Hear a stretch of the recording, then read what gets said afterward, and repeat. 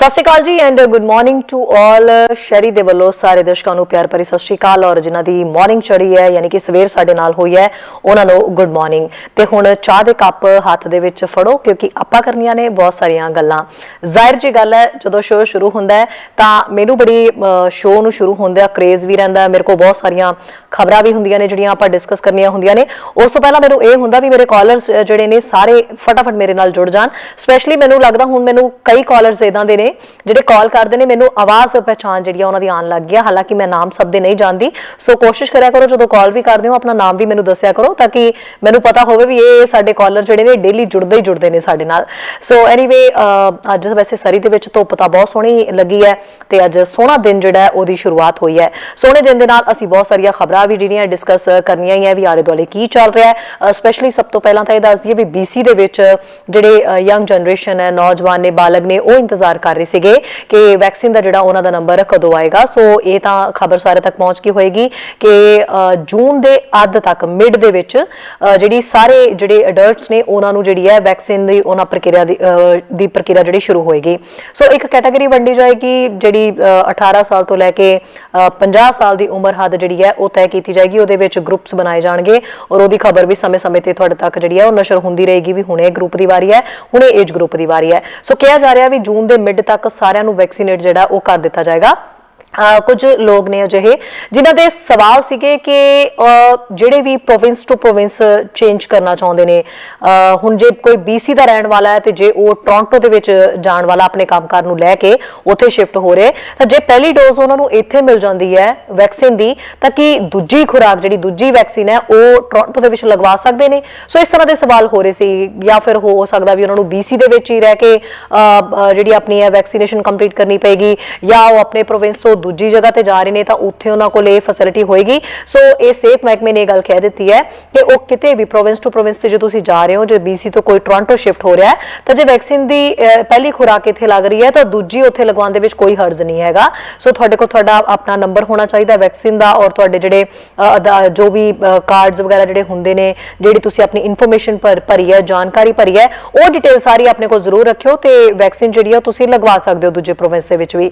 सो ये एक चंगी गल कही जा सकती है क्योंकि कई लोगों को इस गल बारे पता नहीं सीगा। खैर हुण तां देखदे हां कि जिस तरीके नाल मिड दे विच जून मिड तक है जिहड़ी वैक्सीन है किस किस नूं मिल जाएगी और किहड़े एज ग्रुप नूं है जिहड़ी पहलां जिन्हां दी वारी आएगी। सो काफ़ी हद तक बहुत सारिया खुराकां जिहड़ियां ने वैक्सीन दीयां होर दवाइयां जिहड़ियां ने वो वख-वख थावां दे उत्तों कैनेडा पहुंच भी रहीआं ने। अजिहा कल फैडरल सरकार ने बयान दिता सीगा।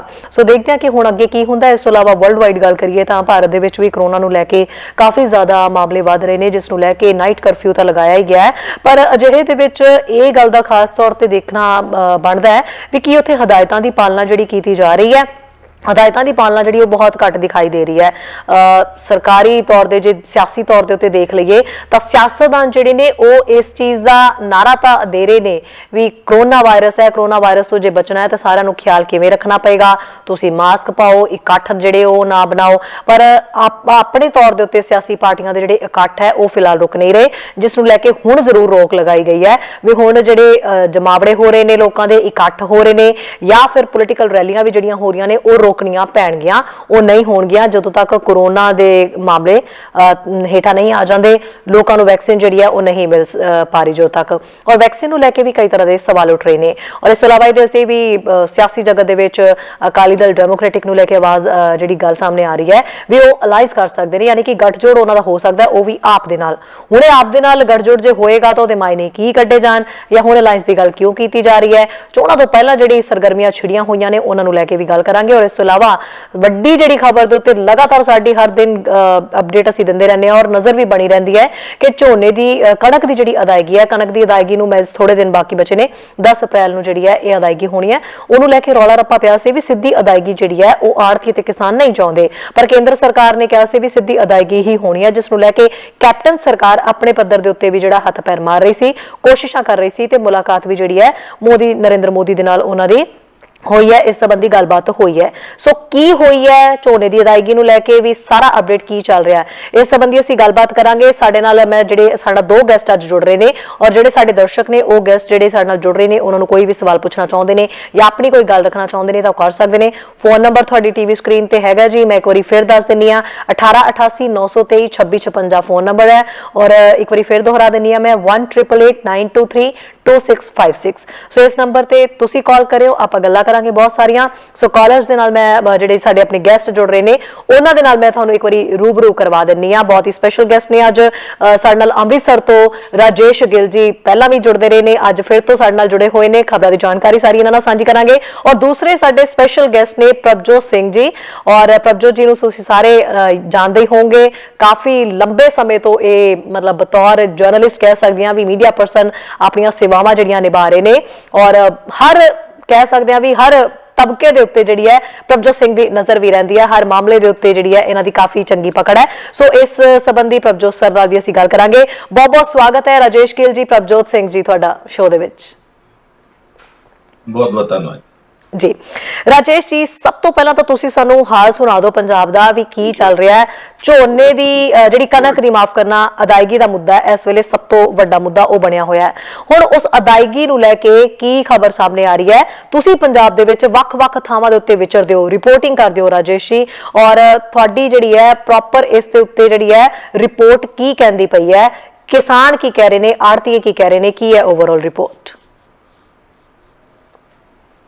ਦੇਖੋ, ਸਭ ਤੋਂ ਵੱਡੀ ਗੱਲ ਹੈ ਕਿ ਜਿਸ ਗੱਲ ਦੀ ਲੜਾਈ ਲੰਮੇ ਸਮੇਂ ਤੋਂ ਚੱਲ ਰਹੀ ਹੈ, ਦਿੱਲੀ ਦੀਆਂ ਬਰੂਹਾਂ ਤੇ ਕਿਸਾਨ ਬੈਠੇ ਹੋਏ ਨੇ, ਸਾਰੇ ਜਾਣਦੇ ਨੇ, ਔਰ ਉਹਦੇ ਵਿੱਚ ਮੁੱਖ ਮੁੱਦਾ ਜਿਹੜਾ ਹੈ ਉਹ ਮੰਡੀਆਂ ਨੂੰ ਖਤਮ ਕਰਨ ਦੀ ਗੱਲ ਕਹੀ ਜਾ ਰਹੀ ਹੈ ਕਿ ਮੰਡੀਆਂ ਖਤਮ ਹੋ ਜਾਣਗੀਆਂ, ਆੜਤੀਏ ਖਤਮ ਹੋ ਜਾਣਗੇ।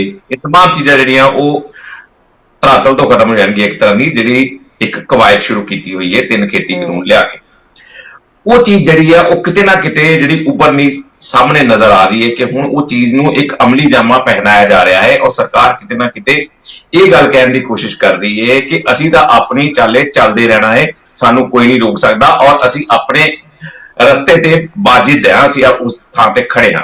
ਉਸ ਚੀਜ਼ ਦੀ ਇੱਕ, ਕਿਉਂਕਿ FCI ਵੱਲੋਂ ਜਿਹੜੀ ਖਰੀਦ ਹੋਣੀ ਹੈ ਜ਼ਾਹਿਰ ਤੌਰ ਤੇ ਜਾਂ ਹੋਰ ਜਿਹੜੀ ਕੋਈ ਸੈਂਟਰਲ ਏਜੰਸੀ ਖਰੀਦੇਗੀ, ਉਸ ਦੀ ਸਿੱਧੀ ਅਦਾਇਗੀ ਕਰਨ ਦੀ ਜਿਹੜੀ ਗੱਲ ਕਹੀ ਜਾ ਰਹੀ ਹੈ ਉਸ ਦੇ ਬਾਰੇ ਹਾਲਾਂਕਿ ਅੱਜ ਬਕਾਇਦਾ ਤੌਰ ਤੇ ਮੀਟਿੰਗ ਵੀ ਕੀਤੀ ਗਈ, ਜਿਸ ਦੇ ਵਿੱਚ ਭਾਰਤ ਭੂਸ਼ਣ ਆਸ਼ੂ ਪੰਜਾਬ ਦੇ ਜਿਹੜੇ ਖਜ਼ਾਨਾ ਮੰਤਰੀ ਉਹਨਾਂ ਨੇ ਵੀ ਸ਼ਿਰਕਤ ਕੀਤੀ, ਔਰ ਉਹਨਾਂ ਨੇ ਉਸ ਤੋਂ ਬਾਅਦ ਆਪਣੀ ਬੇਬਸੀ ਜ਼ਾਹਿਰ ਕੀਤੀ ਪੂਰੀ ਤਰ੍ਹਾਂ ਨਾਲ ਕਿ ਅਸੀਂ ਕੁਝ ਨਹੀਂ ਕਰ ਸਕਦੇ।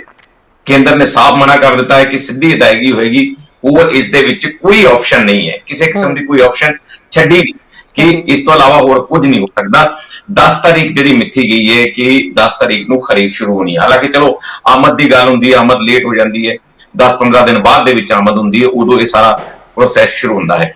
ਪਰ ਇੱਕ ਬਹੁਤ ਵੱਡਾ ਇੱਕ ਨਵਾਂ ਜਿਹੜਾ ਭੰਬਲ ਭੂਸਾ ਪਾ ਦਿੱਤਾ ਗਿਆ ਹੈ, ਔਰ ਇੱਕ ਤਰ੍ਹਾਂ ਨਾਲ ਵਲਵਲੇਵਾ ਪਾ ਦਿੱਤਾ ਗਿਆ ਹੈ ਕਿਸਾਨਾਂ ਨੂੰ, ਆੜਤੀਆਂ ਨੂੰ, ਕਿ ਇੱਥੇ ਉਲਝ ਕੇ ਰਹਿ ਜਾਣ ਆਪਸ ਦੇ ਵਿੱਚ ਇਹ ਜਿਹੜੀਆਂ ਗੱਲਾਂ।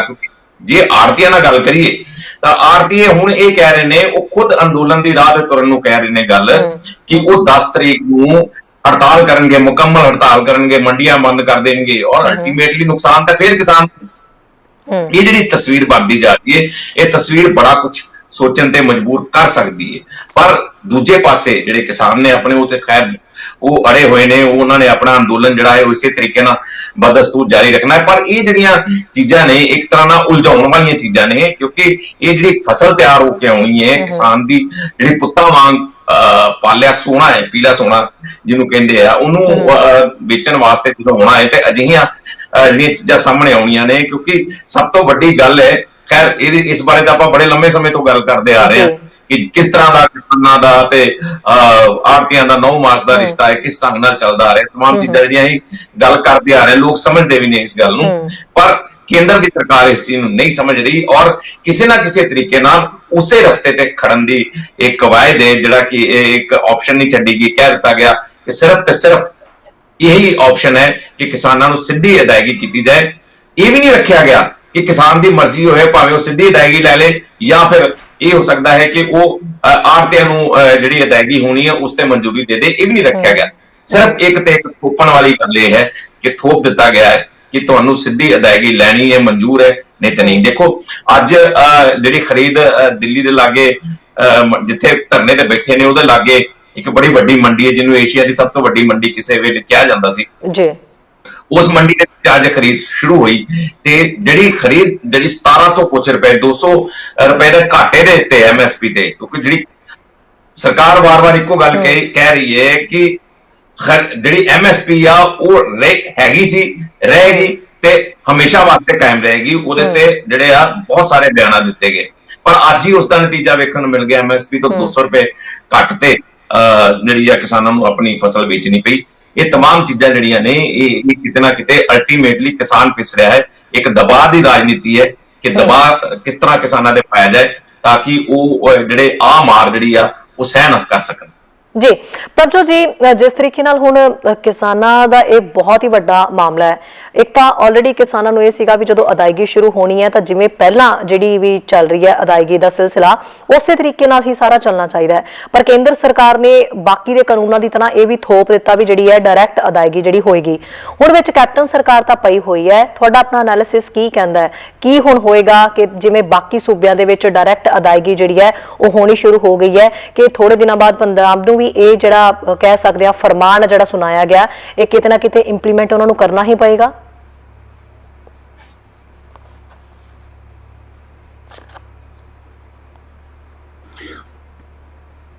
देखो शहरी केंद्र सरकार इस वेले किसी भी कंप्रोमाइज नहीं मूड में नहीं जी वे फोर्स करना चाहते ने इस कणक दी प्रोक्योरमेंट दी गल ने या झोने दी प्रोक्योरमेंट दी गल दसना चाहते है कि असर हिंदुस्तान जो सरकार चाहिए ने कोई परवाह नहीं की, कोई मंत्री किसानों तक नहीं गया, प्रधानमंत्री एक बारी भी नहीं किसानों को गया। अब क्या जरूरत है कि दे आर वेलकम करे भी आके मैंने गल कर सकते नहीं, गलना छोड़ो तुसीं।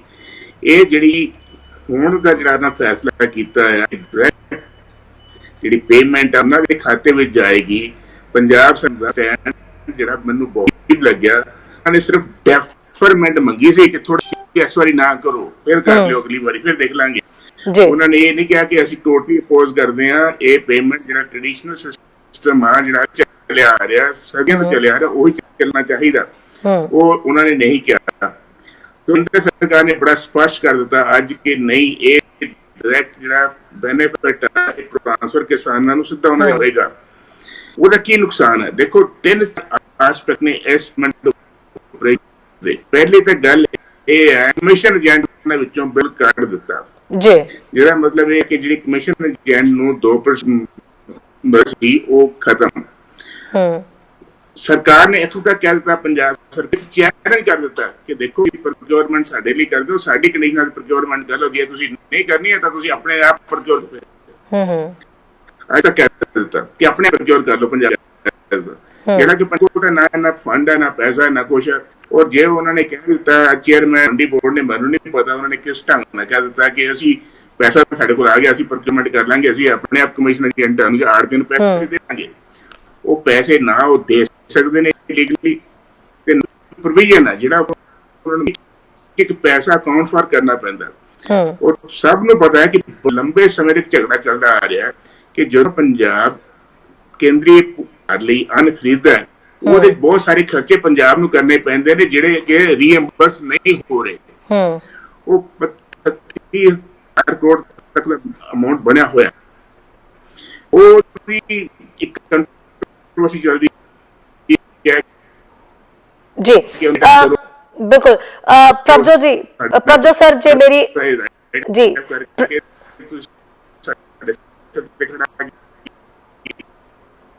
प्रभजोत जी जे मेरी आवाज थोड़े तक पहुंच रही है तो प्लीज नेटवर्क इशू करके थोड़ी आवाज साढ़े तक प्रॉपर नहीं पहुंच रही और तुसी कोशिश करके डिसकनैक्ट करके दोबारा तो कनैक्ट हो जाओ। उदों तक असीं राजेश गिल जी साडे नाल जुड़े हुए ने, राजेश जी नाल गल करदे हां। राजेश जी जिस तरीके नाल थोड़े समय विच असीं कोशिश करदे कि प्रभजोत जी नाल साडा दोबारा तो राबता हो सके और जिहड़ियां ये उलझियां गुंजलां ने जिहड़ियां इन्हां दी असीं समझ सकीए भी अगे की लगेगा।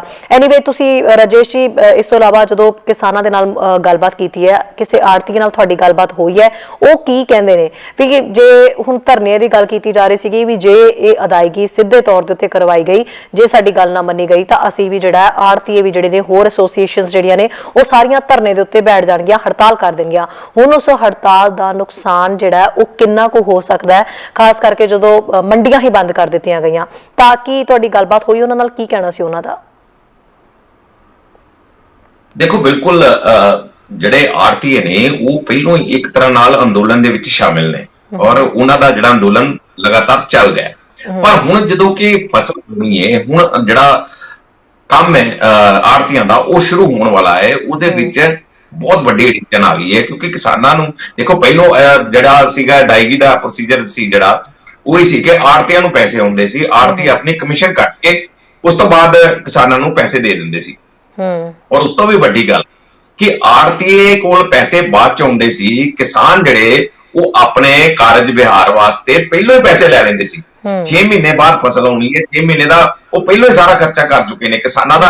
ਇਸੇ ਕਰਕੇ ਤੇ ਗੂੜਾ ਰਿਸ਼ਤਾ ਹੈ, ਇਸੇ ਕਰਕੇ ਤੇ ਆੜਤੀਏ ਕਿਸਾਨ ਨਹੀਂ ਛੱਡਣਾ ਚਾਹੁੰਦੇ, ਕਿਸਾਨ ਆੜਤੀਏ ਨਹੀਂ ਛੱਡਣਾ ਚਾਹੁੰਦੇ, ਕਿਉਂਕਿ ਇੱਕ ਰਿਸ਼ਤਾ ਬਣਿਆ ਹੋਇਆ ਹੈ, ਅਜਿਹਾ ਰਿਸ਼ਤਾ ਕਿ ਜਿੰਨੇ ਵੀ ਕਿਸਾਨਾਂ ਦੇ ਕਾਰਜ ਵਿਹਾਰ ਨੇ ਉਹ ਸਾਰੇ ਆੜਤੀਆਂ ਦੇ ਸਿਰ ਤੋਂ ਹੀ ਹੁੰਦੇ ਨੇ। ਘਰ ਦੇ ਵਿੱਚ ਕੋਈ ਰੱਬ ਨਾ ਕਰੇ ਕੋਈ ਮੌਤ ਹੋ ਗਈ ਔਰ ਸ਼ਗਨਾਂ ਵਾਲੇ ਕੰਮ ਹੋ ਜਾਣ ਜਾਂ ਕੋਈ ਵੀ ਕਾਰਜ ਵਿਹਾਰ ਹੋ, ਉਸ तमाम ਜਿਹੜੇ ਆੜਤੀਆਂ ਤੇ ਨਿਰਭਰ ਕਰਦੇ ਨੇ। ਹੁਣ ਜਦੋਂ ਫਸਲ ਆਉਣੀ ਹੈ, ਹੁਣ ਕਿਸਾਨਾਂ ਨੂੰ ਤਾਂ ਪਹਿਲਾਂ ਹੀ ਪੈਸੇ ਲੈ ਕੇ ਉਹ ਆਪਣੇ ਕੰਮਕਾਰ ਕਰ ਚੁੱਕੇ ਨੇ, ਜਿੱਥੇ ਲਾਉਣੇ ਦੇ ਪੈਸੇ ਲਾ ਚੁੱਕੇ ਨੇ। ਇਹ ਜਿਹੜੀਆਂ ਚੀਜ਼ਾਂ ਨੇ ਇਹ ਸਾਰੀਆਂ ਜਿਹੜੀਆਂ ਨੇ ਇੱਕ ਰਵਾਇਤ ਦੇ ਤੌਰ ਤੇ ਚੱਲਦੀ ਆ ਰਹੀਆਂ ਨੇ, ਜਿਸ ਨੂੰ ਇਨਕਾਰ ਨਹੀਂ ਕੀਤਾ ਜਾ ਸਕਦਾ। ਪੰਗਾ ਵੀ ਇਸੇ ਗੱਲ ਦਾ ਹੀ, ਉਹ ਸਾਰੀ ਕਿਸਾਨ ਇਸ ਚੀਜ਼ ਨੂੰ ਕਿਤੇ ਵੀ ਛੱਡ ਨਹੀਂ ਸਕਦੇ। ਹੁਣ ਜਿਹੜੇ ਆੜਤੀਏ ਨੇ ਉਹ ਇਸ ਗੱਲ ਤੇ ਬਿਲਕੁਲ ਅੜ ਗਏ ਨੇ ਕਿ ਅਸੀਂ ਹੁਣ 10 ਤਰੀਕ ਨੂੰ ਮੰਡੀ ਬੰਦ ਕਰਾਂਗੇ, ਧਰਨੇ ਦਾਂਗੇ ਔਰ ਕੇਂਦਰ ਦੇ ਖਿਲਾਫ ਪ੍ਰਦਰਸ਼ਨ ਕਰਾਂਗੇ। ਇਹਨਾਂ ਨੇ ਇਹ ਵੀ ਗੱਲ ਸਾਫ਼ ਕੀਤੀ ਹੈ। ਪਰ ਉਹਦੇ ਵਿੱਚ ਸਭ ਤੋਂ ਵੱਡੀ ਗੱਲ ਹੈ ਅਲਟੀਮੇਟਲੀ ਨੁਕਸਾਨ ਫੇਰ ਕਿਸਾਨ ਦਾ ਹੋਣਾ ਹੈ, ਕਿਉਂਕਿ ਜਦੋਂ ਇਹ ਮੰਡੀਆਂ ਦੇ ਵਿੱਚ ਜਦੋਂ ਖਰੀਦ ਹੁੰਦੀ ਹੈ ਉਦੋਂ ਬਹੁਤ ਸਾਰੇ ਪ੍ਰਾਈਵੇਟ ਪਲੇਅਰ ਵੀ ਹੁੰਦੇ ਨੇ। ਪ੍ਰਾਈਵੇਟ ਪਲੇਅਰ ਜਿਹੜੇ ਨੇ ਉਹ ਵੀ, ਕਿਉਂਕਿ ਕਈ ਵਾਰੀ ਜਦੋਂ ਖਰੀਦ ਹੁੰਦੀ ਹੈ, ਖਰੀਦ ਦਾ ਪ੍ਰੋਸੈਸ ਚੱਲਦਾ ਹੈ, ਉਦੋਂ ਫਸਲਾਂ ਦੇ ਵਿੱਚ ਵੀ ਕਈ ਤਰੀਕੇ ਦੀਆਂ ਜਿਹੜੀਆਂ ਨੁਕਤਾਚੀਨੀਆਂ ਕੱਢੀਆਂ ਜਾਂਦੀਆਂ ਨੇ, ਕੋਈ ਨਵੀਂ ਹੈ ਜਾਂ ਕੋਈ ਕੁਝ ਹੈ, ਕਈ ਅਜਿਹੀਆਂ ਚੀਜ਼ਾਂ ਜਿਹੜੀਆਂ ਹੁੰਦੀਆਂ ਨੇ, ਕਈ ਵਾਰ ਪ੍ਰਾਈਵੇਟ ਪਲੇਅਰ ਥੋੜੇ ਘੱਟ ਪੈਸੇ ਦੇ ਕੇ ਖਰੀਦ ਲੈਂਦੇ ਨੇ, ਉਹ ਚੀਜ਼ਾਂ ਵੀ ਚੱਲਦੀਆਂ ਰਹਿੰਦੀਆਂ ਨੇ। ਪਰ ਇਹ तमाम ਜਦੋਂ ਮੰਡੀ ਬੰਦ ਹੋ ਜਾਏਗੀ, ਪੂਰੀ ਹਰ ਤਰ੍ਹਾਂ ਦੀ ਖਰੀਦ ਬੰਦ ਹੋ ਜਾਏਗੀ, ਤਾਂ ਉਹ ਕਿੰਨੀ ਔਖੀ ਘੜੀ ਹੋਏਗੀ, ਕਿੰਨੀ ਮੁਸ਼ਕਲ ਘੜੀ ਹੋਏਗੀ। ਕਿਉਂਕਿ ਜਿਹੜੇ ਕਿਸਾਨ ਅੰਦੋਲਨ ਤੇ ਬੈਠੇ ਨੇ ਉਹਨਾਂ ਨੇ ਜਦੋਂ ਇਹ ਵਾਢੀ ਹੋਣੀ ਸੀ, ਦੇਖੋ ਤੁਸੀਂ ਇੱਥੋਂ ਜੰਡਿਆਲੇ ਦਾ ਧਰਨਾ ਚੁੱਕ ਲਿਆ ਗਿਆ ਜਿਹੜਾ ਬੜੇ ਲੰਮੇ ਸਮੇਂ ਤੋਂ ਚੱਲ ਰਿਹਾ ਸੀ ਰੇਲ ਲਾਈਨਾਂ ਤੇ, ਉਹ ਇਸੇ ਕਰਕੇ ਚੁੱਕ ਲਿਆ ਗਿਆ ਕਿ ਵਾਢੀ ਦਾ ਸੀਜ਼ਨ ਹੈ, ਹੁਣ ਵਾਢੀ ਉਹ ਕਿੰਨੇ ਕਰਨੀ ਹੈ। ਉੱਥੇ ਜਿਹੜੇ ਕਿਸਾਨ ਬੈਠੇ ਸੀ ਬਹੁਤ ਸਾਰੇ ਕਿਸਾਨ ਵਾਪਸ ਪਰਤੇ ਵਾਢੀ ਦੇ ਸੀਜ਼ਨ ਕਰਕੇ, ਤੇ ਅੰਦੋਲਨ ਵੀ ਛੱਡਿਆ। ਅੰਦੋਲਨ ਦੇ ਵਿੱਚੋਂ ਵੀ ਆਪਣੀ ਜਿਹੜੀ ਆ ਮੌਜੂਦਗੀ ਉਹਨੂੰ ਮਾਈਨਸ ਕੀਤਾ, ਤੇ ਉਸ ਤੋਂ ਬਾਅਦ ਆ ਕੇ ਜਦੋਂ ਵਾਢੀ ਕੀਤੀ ਹੈ, ਜਿਹੜੀ ਵੱਡੀ ਮੁਸ਼ਕਲ ਜਦੋਂ ਖੜੀ ਹੋ ਜਾਣੀ ਹੈ ਕਿਸਾਨਾਂ ਵਾਸਤੇ, ਤਾਂ ਉਹ ਬੜੀ ਚੀਜ਼ ਜਿਹੜੀ ਆ ਉਹ ਸਾਰਿਆਂ ਨੂੰ ਪਰੇਸ਼ਾਨ ਕਰਨ ਵਾਲੀ ਚੀਜ਼ ਹੋਏਗੀ ਕਿ ਕਿਸਾਨ ਇੱਥੇ ਵੀ ਪਰੇਸ਼ਾਨ ਬੈਠਾ ਹੈ, ਦਿੱਲੀ ਦੀਆਂ ਸਰਹੱਦਾਂ ਤੇ ਬੈਠਾ ਹੈ, ਉੱਥੇ ਵੀ ਪਰੇਸ਼ਾਨ ਬੈਠਾ ਹੈ। ਇਹ ਬਹੁਤ ਵੱਡੀ ਮੁਸ਼ਕਲ ਖੜੀ ਹੋਣ ਵਾਲੀ ਹੈ ਆੜਤੀਆਂ ਵਾਸਤੇ ਵੀ ਤੇ ਕਿਸਾਨਾਂ ਵਾਸਤੇ। ਤੇ ਕੈਪਟਨ ਸਰਕਾਰ ਦਾ ਹੁਣ ਕੀ ਕਹਿਣਾ? ਕੈਪਟਨ ਪਹਿਲਾਂ ਤਾਂ ਇਹੀ ਕਹਿ ਰਹੇ ਸੀਗੇ ਵੀ ਅਸੀਂ, ਸਾਡੀ ਕੋਸ਼ਿਸ਼ ਹੈ ਇਹ ਅਦਾਇਗੀ ਅਸੀਂ ਕਿਸੇ ਵੀ ਕੀਮਤ ਤੇ ਹੋਣ ਨਹੀਂ ਦੇਣੀ, ਔਰ ਆੜਤੀਆਂ ਦੇ ਨਾਲ ਖੜੇ। ਇੱਕ ਕਾਲਰ ਆਪਣੇ ਨਾਲ ਰਾਜੇਸ਼ ਜੀ ਜੁੜ ਰਹੇ ਨੇ ਜੀ, ਸਤਿ ਸ਼੍ਰੀ ਅਕਾਲ ਜੀ। ਹਾਂਜੀ ਸਤਿ ਸ੍ਰੀ ਅਕਾਲ ਸ਼ਰੀ ਜੀ, ਆਪਣੇ ਗੈਸਟਾਂ ਨੂੰ ਤੁਹਾਡਿਆਂ ਨੂੰ ਸਤਿ ਸ੍ਰੀ ਅਕਾਲ ਜੀ। ਜੀ ਸਤਿ ਸ਼੍ਰੀ ਅਕਾਲ ਜੀ। ਜੀ ਕਿਉਂਕਿ ਦੋਨੇ ਜਰਨਲਿਜ਼ਮ ਨਾਲ ਤਾਲੁਕਾਤ ਰੱਖਦੇ, ਇਹਨਾਂ ਨੂੰ ਮੇਰਾ ਸਵਾਲ ਪੋਲੀਟੀਕਲੀ ਹੈ ਵੀ ਜਿੱਦਾਂ ਹੁਣ ਪੰਜਾਬ ਦੇ ਵਿੱਚ ਜਿਹੜੇ ਇਹ ਮੇਰਾ ਵੋਟਰਾਂ ਲਈ ਨਹੀਂਗਾ, ਇਹ ਸਿਆਸੀ ਬੰਦਿਆਂ ਲਈ ਹੈ ਜਿਹੜੇ ਪੋਲੀਟੀਕਲ ਸਿਸਟਮ ਦੇ ਵਿੱਚ ਇੱਥੋਂ ਦੀ ਪੰਜਾਬ ਦੀ ਰਾਜਨੀਤੀ ਨੂੰ ਰਨ ਕਰਦੇ ਆ, ਕਿ ਇਹਨਾਂ ਦਾ ਜਿਹੜਾ ਦਿਮਾਗੀ ਸੰਤੁਲਨ ਆ ਉਹ ਇੰਨਾ ਗਿਰ ਚੁੱਕਿਆ ਕਿ ਇਹ ਲੋਕਾਂ ਦੇ ਪ੍ਰਤੀ ਤਾਂ ਸੋਚਦੇ ਨਹੀਂ, ਔਰ ਨਾ ਇਹ ਪੋਲੀਟੀਕਲੀ, ਕਿਉਂਕਿ ਅੱਜ ਦੁਨੀਆ ਬਹੁਤ ਐਡਵਾਂਸ ਹੋ ਚੁੱਕੀ ਹੈ। ਅੱਜ ਲੋਕ ਪੜ੍ਹਦੇ ਆ, ਲੋਕ ਗਿਆਨ ਦੀ ਪ੍ਰਾਪਤੀ ਕਰਦੇ ਆ, ਚਾਹੇ ਉਹ ਇੰਡੀਆ 'ਚ ਹੋਣ ਚਾਹੇ ਉਹ ਬਾਹਰ ਹੋਣ, ਕਿਉਂਕਿ ਜਿਹੜੀ ਐਜੂਕੇਸ਼ਨ ਆ ਉਹ ਤਾਂ ਇੱਕੋ ਹੀ ਹੁੰਦੀ ਹੈ। ਮੈਂ ਇਹਨਾਂ ਨੂੰ ਦੇਖ ਕੇ ਮੈਨੂੰ ਆਪ ਨੂੰ ਹਾਸਾ ਆਉਂਦਾ, ਮੈਨੂੰ ਚਿਰ ਹੋ ਗਿਆ ਛੱਡੇ ਨੂੰ ਪੰਜਾਬ, ਇਹ ਇਹਨਾਂ ਦਾ ਮਿਆਰ ਕਿੰਨਾ ਗਿਰ ਚੁੱਕਿਆ। ਜਿੱਦਾਂ ਹੁਣ ਕੈਪਟਨ ਸਾਹਿਬ ਨੇ ਇੱਕ ਉਹ ਬੱਸ ਫ੍ਰੀ ਦਾ ਚਲਾਤਾ ਕੰਮ, ਦੂਜੇ ਪਾਸੇ ਹੁਣ ਇਹ ਗੱਠ ਜੋੜ ਜੇ ਕਰਨਗੇ ਤਾਂ ਕੀ ਇਹਨਾਂ ਦੇ ਜਿਹੜੇ ਵਿਚਾਰਧਾਰਾ ਹੀ ਲੈ ਲਓ ਤੁਸੀਂ, ਮੈਂ ਇਹ ਨਹੀਂ ਕਹਿੰਦਾ ਵੀ ਇੱਕ ਵਿਚਾਰਧਾਰਾ ਤੇ ਤਾਂ ਖੜੋ ਨਾ, ਚਾਹੇ ਉਹ ਤੁਹਾਡੀ ਤੁਸੀਂ ਮਾੜਾ ਕਰਨਾ, ਤੁਸੀਂ ਕਹੋ ਵੀ ਅਸੀਂ ਤਾਂ ਮਾੜਾ ਕਰਨਾ ਹੀ ਕਰਨਾ ਕਿਸੇ ਤੇ। ਹੁਣ ਜਿਹੜੇ ਆਮ ਆਦਮੀ ਪਾਰਟੀ ਵਾਲੇ ਆ ਉਹ ਕੀ ਇਹਨਾਂ ਨਾਲ ਗੱਠ ਜੋੜ ਕਰਨ ਕੇ ਬੈਠ ਕੇ ਕਿ ਤੁਸੀਂ ਤਾਂ ਕੱਲ ਅਸੀਂ ਤੁਹਾਨੂੰ ਕਹਿੰਦੇ ਤੁਸੀਂ ਗੁਰੂ ਗ੍ਰੰਥ ਸਾਹਿਬ ਦੇ ਲਈ ਆਹ ਕਰਤਾ, ਤੁਸੀਂ ਆ ਫਲਾਨੀਆਂ ਚੀਜ਼ਾਂ ਵੇਚਤੀਆਂ, ਤੁਸੀਂ ਜੀ ਸਾਡਾ ਪੰਜਾਬ ਗਹਿਣੇ ਕਰਤਾ, ਤਿੰਨ ਜਿਹੜੇ ਆ ਕਾਨੂੰਨ ਪਾਸ ਹੋਏ ਇਹਨਾਂ ਲਈ ਨਹੀਂ ਬੋਲੇ। ਅੱਜ ਤੁਸੀਂ ਟੇਬਲ ਤੇ ਬੈਠ ਕੇ ਕਿੱਡੇ ਕੁ ਤੁਸੀਂ ਵਿਦਵਾਨ ਆ ਪੋਲੀਟੀਕਲੀ, ਮੈਨੂੰ ਦੋਨੇ ਜਰਨਲਿਜ਼ਮ ਨਾਲ ਭਾਈ ਸਾਹਿਬ ਨਹੀਂ ਤਾਲੁਕਾਤ ਰੱਖਦੇ ਆ। ਤੁਸੀਂ ਪੰਜਾਬ ਦੇ ਅੰਕੜੇ ਦੇਖੋ, ਮੇਰੀ ਇੰਨੀ ਏਜ ਤਾਂ ਨਹੀਂ, ਮੈਂ ਵੀ ਪੜ੍ਹਿਆ ਕਿ ਜਦੋਂ ਕੈਰੋਂ ਤੋਂ ਲੈ ਕੇ ਜਿੰਨਾ, ਮੈਂ ਕੋਈ ਕਾਮਰੇਡ ਨਹੀਂਗਾ, ਮੈਂ ਸਿਰਫ ਹਿਸਟਰੀ ਥੋੜੀ ਜਿਹੀ ਸ਼ੇਅਰ ਕਰਨੀ ਵਾਦਾ ਕਿ ਜਦੋਂ ਕੈਰੋਂ ਵੀ ਸੀਗਾ ਉਦੋਂ ਜਿਹੜੇ ਉਦੋਂ ਦੇ ਕਮਿਊਨਿਸਟ ਸੀਗੇ ਉਹ ਸੀਟਾਂ 17-18 MLA ਦੀਆਂ ਜਿੱਤਦੇ ਹੁੰਦੇ ਸੀ, ਪਰ ਉਹ ਆਪਣੇ ਸਟੈਂਡ ਤੇ ਖੜਦੇ ਸੀਗੇ ਜੀ। ਉਹ ਉਹਨਾਂ ਨੂੰ ਚਾਹੇ ਕੁਝ ਮਿਲਦਾ ਸੀ ਜਾਂ ਨਹੀਂ ਮਿਲਦਾ ਸੀ, ਪਰ ਉਹਦੇ ਸਟੈਂਡ ਤੇ ਖੜਦੇ ਸੀ, ਲੋਕਾਂ ਨੂੰ ਗੁੰਮਰਾਹ ਨਹੀਂ ਸੀ ਕਰਦੇ। ਇਹ ਜਿਹੜੇ ਲੋਕ ਹੁਣ ਵਿੱਚ ਕਾਮਰੇਡੀ ਦਾ ਝੰਡਾ ਫੜ ਲੈਂਦੇ ਆ, ਵਿੱਚ ਧਰਮ ਦਾ ਝੰਡਾ ਫੜ ਲੈਂਦੇ ਆ। ਮੇਰਾ ਇਹਨਾਂ ਨੂੰ ਸਵਾਲ ਹੈ ਕਿ ਇਹ ਮਾਨਸਿਕਤਾ ਦਾ ਕੋਈ ਤੁਸੀਂ ਜਿਹੜੇ ਬੁੱਧੀਜੀਵ ਆ ਕੋਈ ਇਹੋ ਜਿਹੇ ਆਰਟੀਕਲ ਲੈ ਕੇ ਇਹਨਾਂ ਨੂੰ ਘੇਰੇ 'ਚ ਲਿਆਉਣ ਲਈ ਕੋਈ ਵਿਉਂਤਬੰਦੀ ਤੁਹਾਡੀ ਹੈਗੀ ਆ? ਕਿਉਂਕਿ ਵੋਟਰ ਨੇ ਤਾਂ ਇੱਥੇ ਹੀ ਰਹਿਣਾ, ਕਿਉਂਕਿ ਅਸੀਂ ਜਿਵੇਂ ਇੱਥੇ ਰਹਿੰਦੇ ਆ, ਕੰਮ ਵਾਲਾ ਬੰਦਾ, ਮਿਡਲ ਕਲਾਸ ਵਾਲਾ ਬੰਦਾ, ਉਹਦੀਆਂ ਤਾਂ ਆਪਦੀਆਂ ਸਮੱਸਿਆਵਾਂ ਆਪਦੇ ਘਰ 'ਚ ਨਹੀਂ ਨਿਬੜਦੀਆਂ, ਜੋ ਕੀ ਪੋਲੀਟੀਕਲੀ ਢਾਂਚੇ ਲਈ ਸੋਚੂਗਾ। ਕਿਉਂਕਿ ਪੋਲੀਟੀਕਲ ਸਿਸਟਮ ਹੈ ਕਿ ਸਾਇੰਸ ਹੈ ਪੋਲੀਟੀਕਲ ਸਿਸਟਮ, ਕਿਹੜੀਆਂ ਡਿਗਰੀਆਂ ਡਿਵੈਲਪਮੈਂਟ ਦੀਆਂ ਹੁੰਦੀਆਂ, ਉਹਦੇ ਵਿੱਚ ਕੀ ਪੜ੍ਹਾਇਆ ਜਾਂਦਾ, ਉਹਦੇ ਵਿੱਚ ਕੋਡ ਪੜ੍ਹੇ ਜਾਂਦੇ ਆ। ਸੌਰੀ ਮੈਂ ਇਹ ਗੱਲ ਕਹਿਣੀ ਨਹੀਂ ਮੰਨਦਾ ਯਾਰ, ਤੇ ਕਿ ਕੋਡ ਹੈ ਜਿਹੜੇ ਆਮ ਜਿਹੜੇ ਪੜ੍ਹਾਕੂ ਬੰਦੇ ਹੁੰਦੇ ਉਹਨਾਂ ਨੂੰ ਉਹਦਾ ਪਤਾ ਨਹੀਂ ਲੱਗਦਾ, ਕਿਉਂਕਿ ਉਹ ਕੋਡ ਚੱਲਦੇ ਆ। ਜਿੱਦਾਂ ਡੀ ਹੈ, ਡੀ ਨਾਲ ਡਿਸਟਰੋਇਡ ਦਾ ਹਿਊਮੈਨਿਟੀ ਆ ਗਈ, ਜਦੋਂ ਉਹਨਾਂ ਨੇ ਇਹ ਜਿਹੀ ਉਹ ਪੜ੍ਹਾਉਣੇ ਵੀ ਕਿੰਨਾਂ ਨੂੰ ਆ, ਉਹ ਯੂਨੀਵਰਸਿਟੀਆਂ ਦੇ ਏਡੇ ਲੈਵਲ ਰੱਖੇ ਹੋਏ ਐਡਮਿਸ਼ਨ ਦੇ ਕਿ ਪਹਿਲਾਂ ਤੁਸੀਂ ਆਪਣੇ ਅਕਾਊਂਟ ਦਿਖਾਓ, ਇਹਨਾਂ ਲਈ ਬੱਚੇ ਉੱਥੇ ਪੜ੍ਹਦੇ ਆ। ਪਰ ਇਹਦੇ ਬਾਰੇ ਮੈਨੂੰ ਇਹ ਜ਼ਰੂਰ ਚਾਨਣਾ ਪਾਉਣ ਵੀ ਇਹ ਜਿਹੜੇ ਲੋਕ ਆ ਇਹਨਾਂ 'ਚ ਕੋਈ ਸੁਧਾਰ ਲਿਆ ਸਕਦੇ ਆ ਅਸੀਂ ਜਾਂ ਤੁਸੀਂ ਕੋਈ ਇਹਦੇ ਬਾਰੇ ਕੋਈ ਤੁਸੀਂ ਆਰਟੀਕਲ ਲਿਖਦੇ ਆ ਜਾਂ ਇਹਨਾਂ ਨਾਲ ਇੰਟਰਵਿਊਆਂ ਕਰਦੇ ਆ, ਜਾਂ ਇਹ ਤੁਹਾਨੂੰ ਉਦੋਂ ਹੀ ਭੱਜ ਜਾਂਦੇ ਹੋ ਚੀਜ਼ ਤੇ? ਇਹਦੇ ਤੇ ਵੀ ਤੁਹਾਨੂੰ ਕੁਐਸਚਨ ਕਰਨੇ ਚਾਹੀਦੇ ਆ। ਦੱਸੋ ਇਹ ਬੱਸਾਂ ਦਾ ਕਿਰਾਇਆ ਤਾਂ ਫਰੀ, ਜਿਹੜੇ ਲੋਕਾਂ ਦੀਆਂ ਹੀ ਬੱਸਾਂ ਤੇ ਪੈਸਾ ਆਊਗਾ ਕਿੱਥੋਂ? ਤੁਸੀਂ ਪੁੱਛਦੇ ਵੀ ਆ, ਮੈਂ ਨਹੀਂ ਕਹਿੰਦਾ ਪੁੱਛਦੇ ਨਹੀਂ, ਪੁੱਛਦੇ ਆ, ਪਰ ਮੈਂ ਇੱਕ ਮੰਗਦਾ ਵੀ ਇੱਕ ਇਹਦਾ ਲੀਡਰਾਂ ਦੀ ਜਿਹੜੀ ਇਹ ਜਿਹੜੀ ਦਿੰਦੇ ਆ ਲੋਲੀਪੌਪ ਤੁਹਾਨੂੰ ਦਿਖਾਉਂਦੇ ਆ, ਇਹਨਾਂ ਦੇ ਅਗੇਂਸਟ ਕੋਈ ਸਮੱਸਿਆ ਦਾ ਹੱਲ ਹੋਊਗਾ? ਇਹ ਮੇਰਾ ਕੁਐਸਚਨ ਹੈ। ਜ਼ਰੂਰ ਇਹਦੇ ਬਾਰੇ ਥੋੜਾ ਜਿਹਾ ਦੱਸ ਕੇ ਜਾਓ ਵਿਸਤਾਰ। ਗੱਲਾਂ ਤਾਂ ਮੇਰੇ ਕੋਲ ਹੋਰ ਵੀ ਬਹੁਤ, ਮੇਰੇ ਕੋਲ ਵੀ ਨਹੀਂ ਟਾਈਮ, ਤੁਹਾਡੇ ਕੋਲ ਵੀ ਜੀ ਬਿਲਕੁਲ ਜੀ, ਥੋੜਾ ਮੈਨੂੰ ਸਮਾਂ ਦੇਣ ਦਾ ਸੋ ਮੱਚ ਥੈਂਕਸ। ਤੁਸੀਂ ਆਏ ਆ, ਮੈਂ ਤੁਹਾਡਾ ਵੀ ਧੰਨਵਾਦ ਕਰਦਾ ਐਜ ਏ ਕੈਨੇਡੀਅਨ। ਤੁਸੀਂ ਇਸ ਵੇਲੇ ਇੰਨੀ ਰਾਤ ਹੁੰਦੀ ਹੋਏ ਆਏ ਆ, ਮੈਂ ਤੁਹਾਡੀ ਬਹੁਤ ਰਿਸਪੈਕਟ ਕਰਦਾ, ਕਿਉਂਕਿ ਅਸੀਂ ਵੀ ਉਸ ਜਿਹੜੀ ਸਮੱਸਿਆ ਤੁਹਾਡੇ ਦਿਲ 'ਚ ਉਹਦੇ ਲਈ ਅਸੀਂ ਵੀ ਬਹੁਤ ਦੁੱਖ ਫੀਲ ਕਰਦੇ ਹਾਂ। ਸਾਡਾ ਵੀ ਪੰਜਾਬ ਹੈ, ਅਸੀਂ ਠੀਕ ਹੈ ਇੱਥੇ ਬੈਠੇ ਆ, ਬਾਹਰ 40-40 ਸਾਲ ਦੇ ਜੰਗ ਉਮਰ 'ਚ ਆਏ ਹੋਏ ਆ, ਪਰ ਸਾਡਾ ਪਿਆਰ ਆ, ਤੁਹਾਡੇ ਨਾਲ ਵੀ ਪਿਆਰ ਆ, ਤੇ ਤੁਸੀਂ ਸਾਨੂੰ ਜ਼ਰੂਰ ਇਸ ਬਾਰੇ ਅਵੇਅਰਨੈਸ ਜ਼ਰੂਰ ਕਰੋ ਜੀ। ਮੈਂ ਤੁਹਾਡਾ ਧੰਨਵਾਦ ਕਰਦਾ ਫਿਰ। ਥੈਂਕ ਯੂ ਜੀ ਸਰ, ਬਿਲਕੁਲ ਥੈਂਕ ਯੂ ਸੋ ਮਚ। ਔਰ ਪ੍ਰਭਜੋਤ ਸਰ, ਮਤਲਬ ਜੇ ਹੁਣ ਆਪਣੀ ਆਵਾਜ਼ ਜਿਹੜੀ ਹੈ ਇੱਕ ਦੂਜੇ ਤੱਕ ਬਿਲਕੁਲ ਸਹੀ ਪਹੁੰਚੀ, ਟੈਕਨੀਕਲ ਇਸ਼ੂ ਨਾ ਆਇਆ, ਤਾਂ ਤੁਹਾਡੇ ਤੋਂ ਵੀ ਇਸ ਚੀਜ਼ ਦਾ ਮੈਂ ਗੱਲ ਕਰਾਂਗੀ ਇਸ ਸੰਬੰਧੀ। ਰਾਜੇਸ਼ ਜੀ, ਤੁਸੀਂ ਵੀ ਪੂਰੇ ਪੰਜਾਬ ਨੂੰ ਜਿਹੜਾ ਹੈ ਕਵਰ ਕਰਦੇ ਹੋ, ਤੁਹਾਡੇ ਤੋਂ ਵੀ ਜਵਾਬ ਲਿਆ ਜਾਏਗਾ। ਇੱਕ ਹੋਰ ਕਾਲਰ ਆਪਣੇ ਨਾਲ ਜੁੜ ਰਹੇ ਨੇ, ਇਹਨਾਂ ਦਾ ਵੀ ਸਵਾਲ ਆਪਾਂ ਨਾਲ ਹੀ ਲੈ ਲਈਏ। ਜੀ ਸਤਿ ਸ਼੍ਰੀ ਅਕਾਲ ਜੀ। ਹੈਲੋ, ਸਤਿ ਸ਼੍ਰੀ ਅਕਾਲ ਜੀ। ਹਾਂਜੀ ਸਰ ਜੀ, ਸਤਿ ਸ਼੍ਰੀ ਅਕਾਲ ਜੀ। ਸਤਿ ਸ਼੍ਰੀ ਅਕਾਲ। ਆਪਣੇ ਜਿਹੜੇ ਮਹਿਮਾਨ ਬੈਠੇ ਜੀ, ਗਿੱਲ ਸਾਹਿਬ ਔਰ ਪ੍ਰਭਜੋਤ ਸਿੰਘ ਜੀ ਸਰ, ਸਤਿ ਸ਼੍ਰੀ ਅਕਾਲ। ਮੈਂ ਜੀ ਇਹੀ ਸਵਾਲ ਕਰਨਾ, ਪੰਜਾਬ ਵਾਲੇ ਦੇਖੋ ਕਿਸਾਨ ਨਾਲ ਇੱਕ ਪਾਸੇ ਮੋਰਚਾ ਚੱਲਦਾ ਜੀ, ਇੱਕ ਪਾਸੇ ਚਲੋ ਮੱਝ ਦੇ ਮਹੀਨੇ ਤੋਂ ਪੁੱਛਾ ਕਿੱਦਾਂ ਪੰਜਾਬ ਦੀ ਸਿਚੁਏਸ਼ਨ ਕਿਹੋ ਜਿਹੀ ਹੈ ਜੀ? ਜੋ ਪੰਜਾਬ 'ਚ ਅਕਾਲੀ ਜਿਹੜੇ ਮਾਝੇ 'ਚ 2-3 ਰੈਲੀਆਂ ਕਰ ਗਏ, ਉਹ ਬੈਠੇ ਮੂਹਰੇ ਕੋਣ ਨੀਤੀਆਂ ਕਾਲੀਆਂ ਪੀਲੀਆਂ ਪੱਗਾਂ ਵਰਗੇ, ਉਹ ਕਿਸਾਨ ਨਹੀਂ ਹੈਗੇ।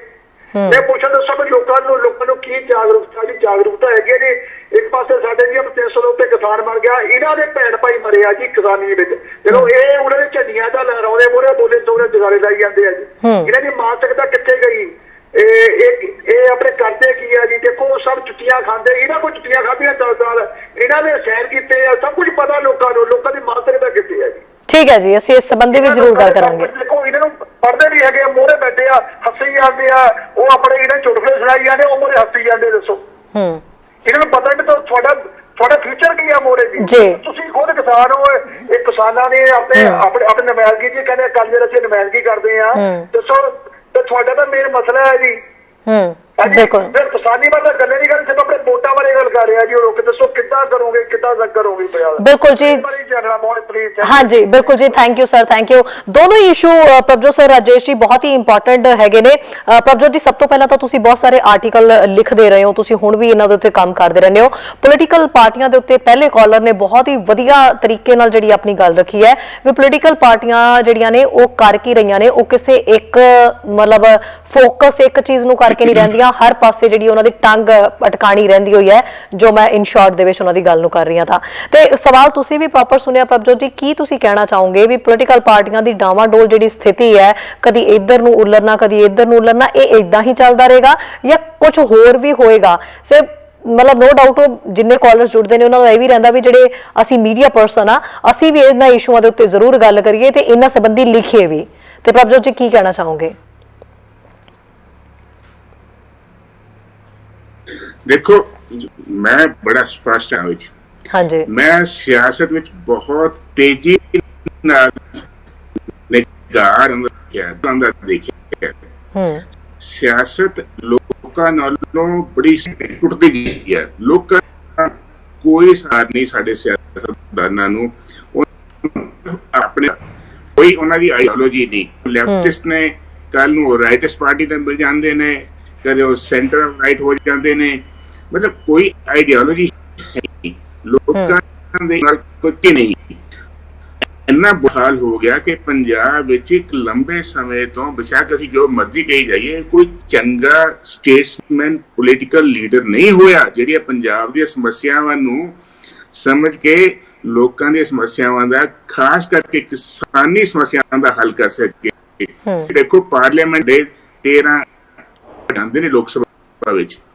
मैं एक बार स्टडी कीता, उन्हां विचों शायद किसी ने भी कदे भी किसानी मुद्दा नहीं ਜਿਹੜੇ ਕੁਐਸਚਨ ਕਰਦੇ ਨੇ ਪਾਰਲੀਮੈਂਟ ਵਿੱਚ, ਇੱਕ ਸਿਸਟਮ ਤੁਸੀਂ ਕਦੇ ਵੀ ਲੱਭ ਸਕਦੇ। ਆਦਮੀ ਨੇ ਕਿੰਨੇ ਸਵਾਲ ਪੁੱਛੇ, ਉਹਨਾਂ ਦਾ ਇੰਟਰਸਟ ਨਹੀਂ ਹੈਗਾ। ਉਹ ਛੋਟੇ ਇਸ਼ੂ ਇੱਕ ਪਰ ਲੈ ਕੇ ਚਲੀ ਜਾਂਦੇ ਨੇ, ਜਿਹੜੇ ਵੱਡੇ ਮੁੱਦੇ ਨੇ, ਚਾਹੇ ਉਹ ਡਿਵਰਸਿਫਿਕੇਸ਼ਨ ਦਾ ਹੈ, ਕਿਸਾਨਾਂ ਨੂੰ ਜਿਹੜੇ ਧਰਤੀ ਆਫਤਾਂ ਨਾਲ ਮਾਰ ਪੈਂਦੀ, ਜਾਂ ਜਿਵੇਂ ਹੁਣ ਕੇਂਦਰ ਸਰਕਾਰ ਇੱਕ ਤਰੀਕਾ ਪੰਜਾਬ ਦੇ ਕਿਸਾਨਾਂ ਮਗਰ ਹੀ ਪੈ ਗਈ ਆ, ਕਿਉਂਕਿ ਕਦੇ ਪਹਿਲਾਂ ਕਾਨੂੰਨ ਬਣਾ ਦਿੱਤੇ, ਫਿਰ ਕਮਿਸ਼ਨ ਏਜੰਟਾਂ ਨੂੰ ਬਾਹਰ ਕੱਢ, ਫਿਰ ਕਹਿਤਾ ਤੁਸੀਂ ਜਮਾਬੰਦੀਆਂ ਜਮਾ ਕਰਾਓ। ਮਤਲਬ ਇਹ ਕੋਈ ਵੈਰ ਆ? ਲੋਕਾਂ ਦੀ ਭਲਾਈ ਦੀ ਗੱਲ ਕਰ ਰਹੇ ਹੋ ਕਿ ਆਪਣਾ ਵੈਂਡੇਟਾ ਪੋਲਿਟਿਕਸ ਕਰ ਰਹੇ ਹੋ? ਔਰ ਸਾਡੇ ਸਿਆਸਤਦਾਨ ਤੁਸੀਂ ਦੇਖ ਲਓ ਕਿ ਨੇ ਕੋਈ ਇਸ ਤਰ੍ਹਾਂ ਦੀ ਗੱਲ ਨਹੀਂ ਕੀਤੀ। ਅਸੀਂ ਬੇਨਤੀ ਕਰਦੇ ਹਾਂ, ਅਸੀਂ ਰਿਕੁਐਸਟ ਡੈਫਰ ਕਰ ਦਿਓ ਵੀ ਤੁਸੀਂ ਲੋਕਾਂ ਦੇ ਰਿਪਰੈਜ਼ੈਂਟੇਟਿਵ ਹੋ, ਐਗਰੀਕਲਚਰ ਸਟੇਟ ਦਾ ਮੁੱਦਾ ਆ, ਤੁਸੀਂ ਕਿਉਂ ਨਾ ਸਕਦੇ, ਕਿਉਂ ਸਟੈਂਡ ਲੈਂਦੇ, ਔਰ ਤੁਸੀਂ ਕਿਉਂ ਨਹੀਂ ਆਪਣੀਆਂ ਸੀਟਾਂ ਛੱਡ ਕੇ ਉਹਨਾਂ ਲੋਕਾਂ ਨੂੰ ਅੱਗੇ ਲੈ ਕੇ, ਉਹ ਜਿਹੜੇ ਲੜ ਸਕਣ, ਲੋਕਾਂ ਲਈ ਲੜ ਸਕਣ, ਪਰ ਉਹ ਸੀਟਾਂ ਵੀ ਨਹੀਂ ਛੱਡਣਾ ਚਾਹੁੰਦੇ। ਉਹ ਨੇ ਜਿਹੜੇ ਪੰਜਾਬ ਦੀ ਸਿਆਸਤ ਦੇ ਕਾਬਜ਼ ਨੇ, ਉਹੀ ਚਲੀ ਜਾ ਰਹੇ ਨੇ। ਔਰ ਤੁਸੀਂ ਦੇਖੋ ਉਹਨਾਂ ਨੇ ਕਿੰਨੇ ਮੁੱਦੇ, ਕਿੰਨੇ ਕੰਮ ਕੀਤੇ ਨੇ ਲੋਕਾਂ ਦੀ ਭਲਾਈ। ਮੈਨੂੰ ਲੱਗਦਾ ਕਿ ਸਾਡੇ ਸਿਆਸਤਦਾਨਾਂ ਨੂੰ ਵੋਟਰਾਂ ਨੂੰ ਦੇਣ ਦੀ ਲੋੜ ਆ, ਇੱਕ ਝਟਕਾ ਦੇਣ ਦੀ ਲੋੜ ਆ, ਬੜਾ ਝਟਕਾ ਦੇਣ, ਤਾਂ ਜੋ ਇਹਨਾਂ ਨੂੰ ਰਾਏ ਪੈੜੀ ਰਸਤੇ ਤੇ ਆਉਣ। ਨਹੀਂ ਤਾਂ ਤੁਸੀਂ ਹਰ ਕੰਪਰੋਮਾਈਜ਼ ਸਿਰਫ ਆਪਣੇ ਆਪ ਨੂੰ ਪਾਵਰ ਤੇ ਰੱਖਣਾ ਚਾਹੁੰਦੇ ਨੇ, ਜੋ ਕੁਛ ਵੀ ਕਰਨ ਨੂੰ ਤਿਆਰ ਹੋ ਜਾਂਦੇ ਨੇ। ਕਦੇ ਕਿਸੇ ਨਾਲ ਸਮਝੌਤਾ ਕਰ ਲਓ, ਕਦੇ ਕਿਸੇ ਨਾਲ ਲੜਾਈ ਕਰ ਲਓ, ਕਦੇ ਕਿਸੇ ਨੂੰ ਦੂਜੀ ਕੁਛ ਕਹਿ ਦਿਓ। ਲੇਕਿਨ ਜਿਹੜੇ ਅਸਲੀ ਮੁੱਦੇ ਨੇ, ਜਿਹੜੇ ਲੋਕਾਂ ਦੀਆਂ ਸਮੱਸਿਆ ਨੇ, ਪੰਜਾਬ ਦਾ ਕੀ ਹਾਲ ਕਰ, ਕਿਸਾਨੀ ਕਿੱਥੇ ਲੈ ਕੇ ਖੜੀ ਕਰ ਦਿੱਤੀ ਆ। ਤੁਸੀਂ ਦੇਖੋ, ਪ੍ਰੋਕਿਉਰਮੈਂਟ 10 ਅਪ੍ਰੈਲ ਹਰਿਆਣੇ ਵਿੱਚ 1 ਅਪ੍ਰੈਲ ਨੂੰ ਸ਼ੁਰੂ ਹੋ ਗਈ ਆ। ਉੱਥੇ ਵੀ ਕਮਿਸ਼ਨ ਏਜੰਟਾਂ ਨੇ ਹੜਤਾਲ ਕੀਤੀ, ਤਾਂ ਉਹਨਾਂ ਨੇ ਕਿਹਾ ਕਿ ਚਲੋ ਜਿਹੜੇ ਰਾਸ਼ਨ ਡਿਪੂ ਵਾਲੇ ਉਹ ਗਵਰਨਮੈਂਟ ਲਾਇਸੈਂਸ ਦੇਣੇ ਸ਼ੁਰੂ ਕਰ ਦਿੱਤੇ ਆ। ਇਹ ਕੋਈ ਸਰਕਾਰ ਦੀ ਲੋਕਾਂ ਦੇ ਪ੍ਰਤੀ ਕੋਈ ਇਹ ਦਰਸਾਉਂਦੀ ਹੈ ਕਿ ਉਹਨਾਂ ਦੇ ਦਿਲਾਂ ਵਿੱਚ ਲੋਕਾਂ ਦੀ ਭਲਾਈ ਦਾ ਵੀ ਕੋਈ ਮੁੱਦਾ ਹੈਗਾ? ਬਿਲਕੁਲ ਨਹੀਂ ਹੈਗਾ। ਸਰਕਾਰ ਨੂੰ ਤਾਂ ਇਹ ਹੈ ਕਿ ਹਰੇਕ ਜੇਬ ਵਿੱਚ ਜਿੰਨੇ ਪੈਸੇ ਕੱਢ ਲਵੋ, ਡੀਜ਼ਲ ਮਹਿੰਗਾ ਕਰ ਦੋ। ਅੱਜ ਤੁਸੀਂ ਦੇਖੋ, ਤੁਸੀਂ ਉਹਨਾਂ ਨੇ ਖਾਦਾਂ ਦੀ ਕੀਮਤਾਂ ਕਿੱਥੇ ਵਧਾਤੀਆਂ ਨੇ, ਕਰ ਕੀ ਜਿਹੜਾ ਕਿਸਾਨੀ ਜਾ ਰਹੇ ਨੇ, ਮਰੀ ਜਾ ਰਹੇ ਨੇ, ਸੜਕਾਂ ਤੇ ਬੈਠੇ ਨੇ, ਕੋਈ ਕਿਸੇ ਨੂੰ ਫਰਕ ਹੀ ਨਹੀਂ ਪੈ ਰਿਹਾ। ਸਰਕਾਰ, ਕੇਂਦਰ ਸਰਕਾਰ ਨੂੰ, ਨਾ ਪੰਜਾਬ ਸਰਕਾਰ ਨੂੰ, ਨਾ ਸਾਡੇ ਪੋਲੀਟੀਸ਼ੀਅਨ ਨੂੰ ਇੱਕ ਲਿਪ ਸਰਵਿਸ ਜ਼ਰੂਰ ਕਰੀਏ। ਅਸੀਂ ਉਹਨਾਂ ਨਾਲ ਖੜੇ ਹੋਵਾਂਗੇ, ਪਰ ਤੁਸੀਂ ਕੀਤਾ ਕਿੰਨੇ ਸਾਲਾਂ ਵਿੱਚ? ਆਜ਼ਾਦੀ ਤੋਂ ਬਾਅਦ ਅਸੀਂ ਕਿੱਥੇ ਦੇ ਕਿੱਥੇ ਪਹੁੰਚ ਗਏ ਹਾਂ। ਪੰਜਾਬ ਦੀ ਐਗਰੀਕਲਚਰ ਕੇਂਦਰ ਸਰਕਾਰ ਨੇ ਕੀਤਾ ਕੀ ਆ? ਜਿੰਨੇ ਰਿਸਰਚ ਕੇਂਦਰ ਬਣਾਏ, ਕੋਈ ਹਰਿਆਣੇ 'ਚ ਬਣਾਤਾ, ਕੋਈ ਜੰਮੂ ਕਸ਼ਮੀਰ ਬਣਾਤਾ, ਕੋਈ ਹਿਮਾਚਲ 'ਚ ਬਣਾਤਾ, ਫਲਾਂ ਲਈ ਹਿਮਾਚਲ 'ਚ, ਕਣਕ ਦਾ ਰਿਸਰਚ ਸੈਂਟਰ ਕਰਨਾਲ 'ਚ ਬਣਾਤਾ, ਡੈਰੀ ਦਾ ਰਿਸਰਚ ਸੈਂਟਰ ਕਰਨਾਲ ਬਣਾਤਾ। ਪੰਜਾਬ ਵਿੱਚ ਤੁਸੀਂ ਕੀ ਦਿੱਤਾ? ਜੀ ਬਿਲकुल ਪੰਜਾਬ ਦੀ ਸਰਕਾਰ ਬਿਲकुल ਪ੍ਰਭਜੋਤ ਜੀ ਇਸ ਸੰਬੰਧੀ ਜੀ ਪ੍ਰਭਜੋਤ ਜੀ ਪਾਣੀ ਵੀ ਖੋਣ ਦੀ ਗੱਲ ਲੱਗੇ ਜੀ ਤੁਹਾਡੀ ਇਸ ਸੰਬੰਧੀ ਹੋਰ ਵੀ ਸਾਨੂੰ ਡਿਟੇਲ ਜਿਹੜੀ ਹੈ ਉਹ ਜ਼ਰੂਰ ਚਾਹੀਦੀ ਸੀਗੀ, ਪਰ ਨੈਟਵਰਕ ਪ੍ਰੋਬਲਮ ਕਰਕੇ ਤੁਹਾਡੀ ਗੱਲ ਬਹੁਤ ਕੱਟ ਕੇ ਸਾਡੇ ਤੱਕ ਪਹੁੰਚ ਰਹੀ ਹੈ ਔਰ ਦਰਸ਼ਕਾਂ ਤੱਕ ਵੀ, ਸੋ ਇਸ ਲਈ ਜਿਹੜੀ ਹੈ ਤੁਹਾਡੀ ਗੱਲ ਕੰਪਲੀਟ ਨਹੀਂ ਹੋ ਪਾ ਰਹੀ। ਅਸੀਂ ਕੋਸ਼ਿਸ਼ ਕਰਦੇ ਹਾਂ ਵੀ ਫਿਰ ਤੋਂ ਥੋੜਾ ਜਿਹਾ ਜਿਹੜੀ ਹੈ ਨੈਟ ਵਾਲੀ ਸਿਚੁਏਸ਼ਨ ਹੈ ਠੀਕ ਹੋ ਜਾਏ। ਅਮੂਮਨ ਇਹ ਹੁੰਦਾ ਹੀ ਹੈ ਜਦੋਂ ਵੀ ਅਸੀਂ ਭਾਰਤ ਤੋਂ ਇਦਾਂ ਲੈਂਦੇ ਹਾਂ, ਜਿਹੜੇ ਵੀ ਸਾਡੇ ਗੈਸਟ ਹੁੰਦੇ ਨੇ ਤਾਂ ਕਈਆਂ ਨੂੰ ਇਸ ਤਰ੍ਹਾਂ ਦੀ ਦਿੱਕਤ ਜਿਹੜੀ ਹੈ ਇੰਟਰਨੈਟ ਦੀ ਜ਼ਰੂਰ ਆਉਂਦੀ ਹੈ। ਰਾਜੇਸ਼ ਜੀ, ਅਸੀਂ ਕੋਸ਼ਿਸ਼ ਕਰਦੇ ਹਾਂ ਕਿ ਜਦੋਂ ਤੱਕ ਪ੍ਰਭਜੋਤ ਜੀ ਦਾ ਨੈਟਵਰਕ ਠੀਕ ਹੋ ਜਾਏ ਤੇ ਆਪਣੇ ਨਾਲੋਂ ਗੱਲ ਇਸ ਸੰਬੰਧੀ ਪ੍ਰੋਪਰ ਕਰ ਸਕਣ। ਰਾਜੇਸ਼ ਜੀ, ਤੁਸੀਂ ਜਦੋਂ ਜਾਣਦੇ ਹੋ, ਤੁਸੀਂ ਕਵਰ ਕਰਦੇ ਹੋ, ਤੁਸੀਂ ਸਾਡੇ ਪਹਿਲੇ ਕਾਲਰ ਦੀ ਗੱਲ ਨੂੰ ਬਹੁਤ ਹੀ ਧਿਆਨ ਨਾਲ ਸੁਣ ਵੀ ਰਹੇ ਸੀਗੇ ਔਰ ਮਤਲਬ ਜਿਸ ਤਰੀਕੇ ਨਾਲ ਪੋਲੀਟੀਕਲ ਪਾਰਟੀਆਂ ਹੁੰਦੀਆਂ ਨੇ, ਏਜੰਡਾ ਇਹਨਾਂ ਦਾ ਸਾਰਿਆਂ ਨੂੰ ਸਮਝ ਵਿੱਚ ਆਉਂਦਾ ਹੈ ਕਿ ਏਜੰਡਾ ਹੈ ਕੀ ਹੈ। ਹੁਣ ਪ੍ਰਭਜੋਤ ਜੀ ਨੇ ਜਿਸ ਤਰੀਕੇ ਨਾਲ ਗੱਲ ਕੀਤੀ ਹੈ ਵੀ ਜਿਹੜਾ ਕਿਤੇ ਨਾ ਕਿਤੇ ਜਿਹੜਾ ਵੋਟਰਾਂ ਨੂੰ ਸਬਕ ਸਿਖਾਉਣਾ ਪਏਗਾ, ਵੋਟਰਾਂ ਦੇ ਸਬਕ ਦੀ ਜੇ ਗੱਲ ਕਰ ਰਹੀ ਹੈ, ਖੈਰੀ ਕਾਲਰ ਨਾਲ ਜੁੜ ਰਹੇ ਨੇ, ਮੈਂ ਫਿਰ ਇਸ ਸਵਾਲ ਨੂੰ ਦੁਬਾਰਾ ਤੋਂ ਦੁਹਰਾਵਾਂਗੀ। ਜੀ ਸਤਿ ਸ਼੍ਰੀ ਅਕਾਲ ਜੀ। ਹਾਂ ਸਤਿ ਸ਼੍ਰੀ ਅਕਾਲ ਸਰ ਜੀ, ਸਤਿ ਸ਼੍ਰੀ ਅਕਾਲ ਦੂਜੇ ਵੀਰ ਜੀਆਂ ਨੂੰ, ਜੀ ਆਇਆਂ ਨੂੰ, ਹੈ ਨਾ ਜੀ ਸਤਿ ਸ਼੍ਰੀ ਅਕਾਲ ਜੀ। ਸ਼ਹਿਰੀ ਜਿਹੜੀਆਂ ਹੈਗੀਆਂ ਜਥੇਬੰਦੀਆਂ, ਦੂਜਾ ਮੋਦੀ ਸਰਕਾਰ ਹੈ, ਇਹ ਸਾਰੇ ਹੀ ਜਨਤਾ ਨੂੰ ਬਹੁਤ ਤੰਗ ਕਰਦੇ ਆ ਨਾ ਜੀ, ਆਮ ਕਿਸਾਨਾਂ ਨੂੰ। ਹੁਣ ਦੇਖੋ ਕਿੰਨੀਆਂ ਚਿਰਾਂ ਤੋਂ ਉਹ ਧਰਨਿਆਂ ਤੇ ਬੈਠੇ ਆ, ਹਨਾ ਬਿਲਕੁਲ। ਹੁਣ ਹੋ ਰਹੀ ਮੋਦੀ ਪੰਗੇ ਤੇ ਪੰਗਾ ਪਾਈ ਜਾਂਦਾ, ਹਨਾ। ਅਸੀਂ ਤਾਂ ਸੁਣ ਕੇ ਬਿਮਾਰ ਹੋਏ ਪਏ। ਮੈਂ ਤਾਂ ਇੰਡੀਆ ਦੀ ਫੂਡ ਕਰਦੀ ਹਾਂ, ਕਈ ਵਾਰੀ ਉੱਥੇ ਤੇ ਲਾਈਨ ਨਹੀਂ ਮਿਲਦੀ ਹੈਗੀ ਜੀ, ਜਿਹੜਾ ਰਾਤ ਨੂੰ ਆਪਣੇ ਪ੍ਰੋਗਰਾਮ ਆਉਂਦਾ। ਬਿਲਕੁਲ 5:30 ਵਜੇ ਹਾਂਜੀ ਗਲੋਬਲ ਆ ਜਾਂਦਾ। ਪਰ ਕਿਸਾਨਾਂ ਦੀ ਬਹੁਤ ਮੰਦਭਾਗਾ, ਕੀ ਬਣੂਗਾ ਕਿਸਾਨਾਂ ਵਿਚਾਰਿਆਂ ਦਾ, ਹੋਈਆਂ ਚਿਰਾਂ ਤੋਂ ਬੈਠੇ ਆ। ਬਿਲਕੁਲ ਮੈਨੂੰ ਪਤਾ, ਜਦੋਂ ਵੀ ਕੈਨੇਡਾ ਤੋਂ ਜਦੋਂ ਲੋਕ ਜਿਹੜੇ ਬੈਠੇ ਹੋਏ ਨੇ, ਰਾਜੇਸ਼ ਜੀ, ਜਦੋਂ ਤੁਸੀਂ ਹਰ ਦਿਨ ਸਾਡੇ ਨਾਲ ਜੁੜਦੇ ਵੀ ਹੋ ਸਾਰੇ ਜਣੇ, ਤਾਂ ਤੁਹਾਡੀ ਸਭ ਤੋਂ ਵੱਡੀ ਚਿੰਤਾ ਰਹਿੰਦੀ ਹੈ ਵੀ ਕਿਸਾਨਾਂ ਦਾ ਕੀ ਬਣੂਗਾ, ਜਿਹੜਾ ਵੀ ਮੁੱਦਾ ਉੱਥੇ ਚੱਲ ਰਿਹਾ ਉਹਨਾਂ ਦਾ ਬਣੂਗਾ ਕੀ। ਸੋ ਮੈਂ ਹਮੇਸ਼ਾ ਸਾਰੇ ਕਾਲਰਸ ਨੂੰ ਇਹੀ ਗੱਲ ਕਹਿਣੀ ਹੁੰਦੀ ਆ ਵੀ ਸਹੀ ਖਬਰ ਜਿਹੜੀ ਹੈ ਉਹਨੂੰ ਜ਼ਰੂਰ ਸੁਣਿਆ ਕਰੋ। ਇਹ ਨਹੀਂ, ਮੁੱਦੇ ਸਾਰੇ ਦੇਸ਼ਾਂ ਦੇ ਵਿੱਚ ਉੱਠਦੇ ਨੇ, ਪ੍ਰੋਬਲਮ ਸਾਰੇ ਦੇਸ਼ਾਂ ਦੇ ਵਿੱਚ ਹੁੰਦੀ ਹੈ, ਪਰ ਉਹ ਸੋਲਵ ਵੀ ਹੁੰਦੇ ਨੇ ਤੇ ਇਹ ਵੀ ਹੋਣਗੇ। ਔਰ ਆਪਣੇ ਤਾਂ ਕੋਈ ਸੁਣਦਾ ਹੀ ਹੈਗਾ, ਰਾਜੇ ਬਣਾਏ ਆ ਜਨਤਾ ਨੂੰ ਵੋਟਾਂ। ਬਿਲਕੁਲ ਤੁਸੀਂ ਸਹੀ ਕਹਿ ਰਹੇ ਹੋ, ਬਿਲਕੁਲ ਕਿ ਸਰਕਾਰਾਂ ਦੀ ਇੱਥੇ ਕਮੀ ਹੈ। ਹਾਂਜੀ, ਉਹ ਆਪਣੀਆਂ ਰੈਲੀਆਂ ਕਰੀ ਜਾਂਦੇ ਆ, ਉਹ ਮੋਦੀ ਆ ਉਹ ਨਹੀਂ ਕਿਸੇ ਕੰਢੇ ਲੱਗਦਾ ਹੈਗਾ, ਉਹ ਮਦਾਰੀ ਨੂੰ ਢੋਲ ਵਜਾਈ ਜਾਂਦਾ, ਹਨਾ। ਜੀ ਕੱਟ ਕੇ ਜਾਂਦਾ, ਜੀ ਕੱਟ ਕੇ ਦੁੱਧ ਵਜਾਉਂਦਾ। ਬਿਲਕੁਲ ਬਹੁਤ ਕਿਸਾਨਾਂ ਦਾ ਤਾਂ ਰੱਬ ਹੀ ਰਾਖਾ, ਜੇ ਪਰਮਾਤਮਾ ਉਹਨਾਂ ਦੀ ਮਿਹਨਤ ਪੱਲੇ ਕਰੇ ਤਾਂ ਉਹਨਾਂ ਨੂੰ ਸੁੱਖ ਸ਼ਾਂਤੀ ਵਰਤੇ, ਰੱਬ ਉਹਨਾਂ ਦਾ ਜਿੱਤ ਪ੍ਰਾਪਤ ਕਰੇ। ਬਿਲਕੁਲ ਜੀ, ਬਿਲਕੁਲ ਤੁਸੀਂ ਇਹ ਅਰਦਾਸ ਜਿਹੜੀ ਆਪਣੀ ਕਰਦੇ ਰਹੋ। ਗੱਲਾਂ ਤਾਂ ਬਹੁਤ ਮੇਰਾ ਬਹੁਤ ਦਿਨਾਂ ਦਾ ਜੀ ਕਰਦਾ ਸੀ। ਤੁਸੀਂ ਬਿਲਕੁਲ ਤੁਸੀਂ ਡੇਲੀ ਕਾਲ ਕਰਕੇ ਜਿਹੜੀ ਹੈ ਮੁੱਦੇ ਦੇ ਉੱਤੇ ਗੱਲ ਕਰਿਆ ਕਰੋ, ਜਿਹੜੇ ਟੌਪਿਕ ਨਾਲ ਜੁੜੇ ਹੁੰਦੇ ਹੋ, ਜਿਹਦੀ ਚਿੰਤਾ ਹੁੰਦੀ ਉਸ ਸੰਬੰਧੀ ਜ਼ਰੂਰ ਗੱਲ ਕਰਿਆ ਕਰੋ ਸਾਡੇ ਨਾਲ। ਥੈਂਕ ਯੂ ਜੀ। ਹਾਂਜੀ, ਓਕੇ ਸਰ ਜੀ, ਓਕੇ ਜੀ। ਰਾਜੇਸ਼ ਜੀ, ਸਾਡੇ ਕਾਲਰ ਜਿਹੜੇ ਨੇ ਉਹ ਵਾਕਈ ਹੀ ਮਤਲਬ ਪੰਜਾਬ ਦੇ ਮੁੱਦਿਆਂ ਨੂੰ ਲੈ ਕੇ, ਭਾਰਤ ਦੇ ਮੁੱਦਿਆਂ ਨੂੰ ਲੈ ਕੇ ਬਹੁਤ ਜ਼ਿਆਦਾ ਚਿੰਤਾ ਦੇ ਵਿੱਚ ਰਹਿੰਦੇ ਨੇ। ਮੈਂ ਫਿਰ ਤੋਂ ਪਹਿਲੇ ਵਾਲੇ ਕਾਲਰਸ ਦੀ ਵੀ ਗੱਲ ਜਿਹੜੀ ਆ, ਸਵਾਲ ਤੁਸੀਂ ਉਹ ਸੁਣਿਆ ਸੀਗਾ। ਦੂਜੇ ਕਾਲਰ ਜਿਹੜੇ ਨੇ ਉਹਨਾਂ ਦਾ ਇਹ ਕਹਿਣਾ ਸੀ ਵੀ ਜਦੋਂ ਵੋਟਰ ਹੈ, ਹੁਣ ਪ੍ਰਭਜੋਤ ਜੀ ਨਾਲ ਸਾਡੀ ਗੱਲ ਜਦੋਂ ਹੋਈ ਸੀ, ਉਹ ਕਹਿੰਦੇ ਵੀ ਸਬਕ ਜਿਹੜਾ ਵੋਟਰ ਨੇ ਸਿਖਾਣਾ। ਰੈਲੀਆਂ ਦੀਆਂ ਤਸਵੀਰਾਂ, ਰੈਲੀਆਂ ਦੀਆਂ ਵੀਡੀਓਜ਼ ਜਦੋਂ ਇੱਥੇ ਪਹੁੰਚੀਆਂ, ਜਦੋਂ ਆ ਪਿੱਛੇ ਜੇ ਹੋਈਆਂ ਨੇ, ਚਾਹੇ ਉਹ ਅਕਾਲੀ ਦਲ ਨੇ ਰੈਲੀ ਕੀਤੀ ਹੋਵੇ ਜਾਂ ਕਾਂਗਰਸ ਨੇ ਕੀਤੀ ਹੋਵੇ ਰੈਲੀ, ਤੇ ਜਾਂ ਫਿਰ ਆਪ ਨੇ ਕੀਤੀ ਹੋਵੇ, ਤਾਂ ਉਹਨਾਂ ਰੈਲੀਆਂ ਦੇ ਵਿੱਚ ਜਿਹੜੀ ਜਮਾ ਭੀੜ ਸੀਗੀ, ਉਹਨਾਂ ਦੇ ਵਿੱਚ ਹਰੀਆਂ ਝੰਡੀਆਂ ਲੈ ਕੇ ਜਿਹੜੇ ਨੇ ਉਹ ਲੋਕ ਬੈਠੇ ਹੋਏ ਸੀ, ਜਿਸ ਨੂੰ ਲੈ ਕੇ ਬਾਅਦ ਦੇ ਲੋਕਾਂ ਨੇ ਜਾਂ ਕਿਤੇ ਵੀ ਉਹ ਵੀਡੀਓ ਜਾ ਰਹੀ ਆ ਤਾਂ ਉਹਨਾਂ ਦਾ ਇਹ ਕਹਿਣਾ ਵੀ ਇਹ ਤਾਂ ਕਿਸਾਨਾਂ ਦੇ ਹੱਥ ਦੇ ਵਿੱਚ ਹਰੀਆਂ ਝੰਡੀਆਂ ਹੁੰਦੀਆਂ ਨੇ, ਕਿਸਾਨਾਂ ਦੇ ਬੈਨਰ ਵਾਲੇ ਜਿਹੜੇ ਝੰਡੇ ਆ ਉਹ ਰੈਲੀਆਂ ਦੇ ਵਿੱਚ ਕੀ ਕਰ ਰਹੇ ਨੇ, ਕਿਉਂ ਦਿਖਾਈ ਦੇ ਰਹੇ ਨੇ। ਸੋ ਜਦੋਂ ਤੁਸੀਂ ਕਵਰੇਜ ਕਰਨ ਜਾਂਦੇ ਹੋ ਉੱਥੇ, ਹਰ ਮਤਲਬ ਕੋਈ ਵੀ ਰੈਲੀ ਹੁੰਦੀ, ਕੋਈ ਵੱਡਾ ਇਸ਼ੂ ਹੁੰਦਾ, ਤੁਸੀਂ ਉੱਥੇ ਪਹੁੰਚਦੇ ਹੋ, ਤਾਂ ਉਸ ਦੌਰਾਨ ਕੀ ਤਸਵੀਰ ਨਜ਼ਰ ਆਉਂਦੀ ਹੈ? ਜਿਹੜੇ ਬੈਨਰ ਫੜੇ ਹੋਏ ਨੇ, ਕਿ ਉਹ ਵਾਕਈ ਹੀ ਉਹ ਕਿਸਾਨ ਨੇ ਜਿਹੜੇ ਧਰਨੇ ਦੇ ਉੱਤੇ ਬੈਠੇ ਨੇ, ਜਿਹੜੇ ਆਪਣੇ ਮੁੱਦਿਆਂ ਨੂੰ ਲੈ ਕੇ ਜਿਹੜੇ ਜੰਗ ਜਾਰੀ ਰੱਖਣਾ ਚਾਹੁੰਦੇ ਨੇ, ਤਾਂ ਉਹ ਰੈਲੀਆਂ ਦੇ ਵਿੱਚ ਵੀ ਪਹੁੰਚ ਰਹੇ ਨੇ, ਜਾਂ ਉਹ ਭੀੜ ਕੋਈ ਹੋਰ ਹੈ ਤੇ ਕਿਵੇਂ ਇਕੱਠੀ ਕੀਤੀ ਜਾਂਦੀ ਹੈ? ਇਹਦੀ ਜਿਹੜੀ ਗਹਿਰਾਈ ਨਾਲ ਆਪਾਂ ਗੱਲ ਜਿਹੜੀ ਜ਼ਰੂਰ ਕਰਾਂਗੇ। ਇੱਕ ਕਾਲਰ ਆਪਣੇ ਨਾਲ ਜੁੜ ਰਹੇ ਨੇ ਜੀ। ਸਤਿ ਸ਼੍ਰੀ ਅਕਾਲ ਜੀ। ਸਤਿ ਸ਼੍ਰੀ ਅਕਾਲ ਜੀ। ਹਾਂਜੀ ਸਰ, ਕੀ ਕਹਿਣਾ ਚਾਹੋਗੇ ਜੀ? मैं इसी रिगार्डिंग जो टॉपिक चल रहा है पंजाब का, जी उसी रिगार्डिंग गल कर रहा मैं। बिल्कुल सर। ते ਲਾਈਵ ਹੈ ਇਸ ਵੇਲੇ ਕਿ ਸਰ ਤੁਸੀਂ ਲਾਈਵ ਤੇ ਹੀ ਹੋ? ਬਿਲਕੁਲ ਜੀ, ਲਾਈਵ ਦੇ ਵਿੱਚੋਂ ਤੁਸੀਂ ਆਪਣਾ ਸਵਾਲ ਕਰੋ। ਅੱਛਾ, ਮੇਰਾ ਸਵਾਲ ਇਹ ਹੈ ਕਿ ਆਪਾਂ ਜਿੰਨੀ ਡਿਸਕਸ਼ਨ ਹੋ ਰਹੀ ਹੈ ਨਾ ਹਾਂਜੀ। ਇਸ ਵੇਲੇ ਤੇ ਬਟ ਆਈ ਫੀਲ ਇਜ਼ ਕਿ ਇਹਦੇ ਚ ਆਪਾਂ ਸਟਰੋਂਗਲੀ ਨਹੀਂ ਅਪੋਜ਼ ਕਰੇ ਪੋਲੀਟੀਸ਼ੀਅਨ।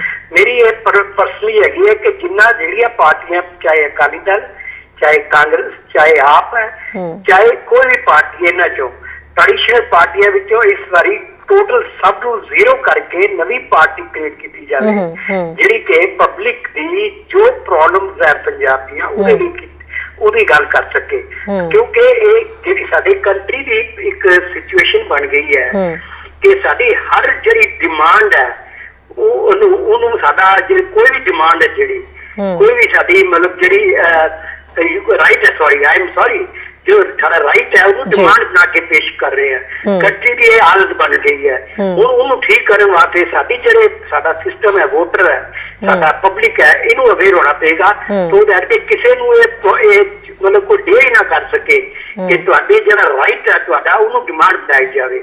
ਸਾਰੇ go back to the previous ਜਿਹੜੇ ਸਿਨੈਰੀਓ ਹੈਗਾ, ਸਾਡੀ ਚੰਡੀਗੜ੍ਹ ਸਾਡਾ ਰਾਈਟ ਸੀ, ਉਹ ਸਾਡੀ ਡਿਮਾਂਡ ਬਣਾਤੀ ਹੈ।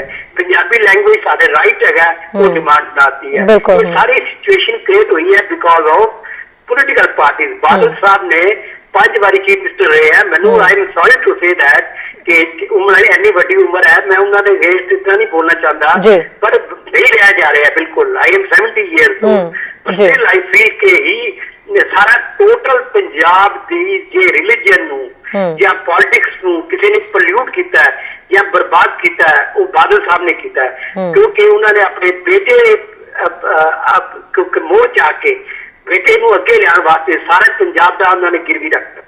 ਇਸੇ ਤਰ੍ਹਾਂ ਹੀ ਅਮਰਿੰਦਰ ਸਿੰਘ ਹੈ, ਇਹ ਹੀ is not less than that, ਉਹ ਸੇਮ ਉਹੀ ਕੈਪਟਨ ਅਮਰਿੰਦਰ ਸਿੰਘ ਉਹੀ ਕਰ ਰਿਹਾ। ਮੈਂ ਕੈਨੇਡਾ ਤੋਂ ਬੋਲ ਰਿਹਾ and really I am telling you ਕਿ ਸਾਰਾ ਪੰਜਾਬ ਦਾ ਇਸ ਲਈ ਜ਼ੀਰੋ ਕਰਨ ਵਾਸਤੇ ਪੰਜਾਬ ਦਾ ਮੈਂ ਜੇ ਬੜਾ ਰੂੜ ਸ਼ਬਦ ਵਰਤਾਂ ਦੇ ਬੇੜਾ ਗਰਕ ਕਰਨ ਲਈ ਇਹ 2 ਬੰਦੇ ਜ਼ਿੰਮੇਵਾਰ ਹੈ, ਜਿਹੜੇ ਇੱਕ ਜਿਹੜਾ ਪ੍ਰੈਜ਼ੀਡੈਂਟ ਚੀਫ ਮਿਨਿਸਟਰ ਹੈ ਜਾਂ ਬਾਦਲ ਫੈਮਿਲੀ।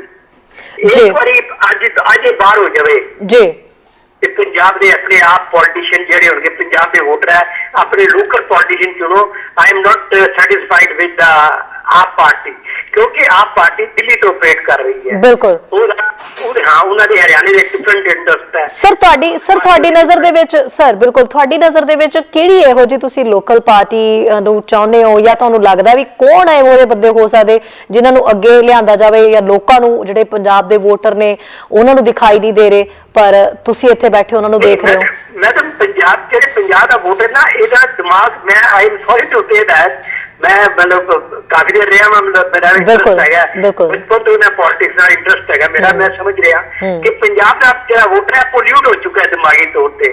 ਮਤਲਬ ਮੈਂ ਕਹਿ ਸਕਦਾ ਕਿ ਇਹਨਾਂ ਦਾ ਜਿਹੜਾ ਦਿਮਾਗ ਹੈ ਇਸ ਲਈ ਇਹਨਾਂ ਨੇ ਜ਼ੀਰੋ ਕੀਤਾ, ਮਤਲਬ ਇੱਕ ਸ਼ਰਾਬ ਦੀ ਬੋਤਲ ਤੇ ਆਪਣੇ ਆਪ ਨੂੰ ਗਿਰਵੀ ਕਰ ਦਿੰਦੇ ਆ। ਪਰ ਸਰ ਇਹਨਾਂ ਦਿਨਾਂ ਦੇ ਵਿੱਚ ਤੁਸੀਂ ਦੇਖੋਗੇ ਵੀ ਉਹੀ ਆਪਣੇ ਵੋਟਰ ਵੀ ਨੇ, ਚਲੋ ਠੀਕ ਹੈ, ਮੈਂ ਤੁਹਾਡੀ ਗੱਲ ਨੂੰ ਮੈਂ ਨਾ ਉਹਨੂੰ ਸਹੀ ਕਹਾਂਗੀ ਨਾ ਮੈਂ ਉਹਨੂੰ ਗਲਤ ਕਹਾਂਗੀ, ਪਰ ਇਹੀ ਵੋਟਰ ਨੇ ਸਰ ਜਿਹੜੇ ਕਿ ਅੱਜ ਕੱਲ ਜਿਹੜੇ ਬੈਠੇ ਨੇ ਮੁੱਦਿਆਂ ਨੂੰ ਲੈ ਕੇ ਹੜਤਾਲਾਂ ਕਰ ਰਹੇ ਨੇ, ਸਰਕਾਰ ਦੇ ਖਿਲਾਫ ਉਤਰੇ ਹੋਏ ਨੇ, ਕਈ ਮੁੱਦਿਆਂ ਦੇ ਉੱਤੇ ਉਹ ਆਪਣੀ ਗੱਲ ਰੱਖਦੇ ਨੇ, ਇਹ ਇਹੀ ਵੋਟਰ ਨੇ। ਸੋ ਆਪਾਂ ਇਹ ਨਹੀਂ ਕਹਿ ਸਕਦੇ ਵੀ ਸਾਰੇ ਵੋਟਰ ਜਿਹੜੇ ਨੇ ਉਹ ਇੱਕੋ ਜਿਹੇ ਨੇ। ਹਾਂ, ਇਹ ਜ਼ਰੂਰ ਹੈ ਕਿ ਪੋਲੀਟੀਕਲ ਪਾਰਟੀਆਂ ਜਦੋਂ ਆਪਣਾ ਕਹਿ ਸਕਦੇ ਆ ਵੀ ਚੋਣ ਪ੍ਰਚਾਰ ਕਰਦੀਆਂ ਨੇ ਜਾਂ ਏਜੰਡਾ ਰੱਖਦੀਆਂ ਨੇ, ਹੁਣ ਉਹ ਰਾਜਨੀਤੀ ਜਿਵੇਂ ਦੀ ਚੱਲਦੀ ਆ ਰਹੀ ਹੈ ਤਾਂ ਲੋਕਾਂ ਨੂੰ ਕਿਸੇ ਲੈ ਦੇ ਵਿੱਚ ਤਾਂ ਉਹਨਾਂ ਨੂੰ ਵੀ ਵਗਣਾ ਹੀ ਪਏਗਾ।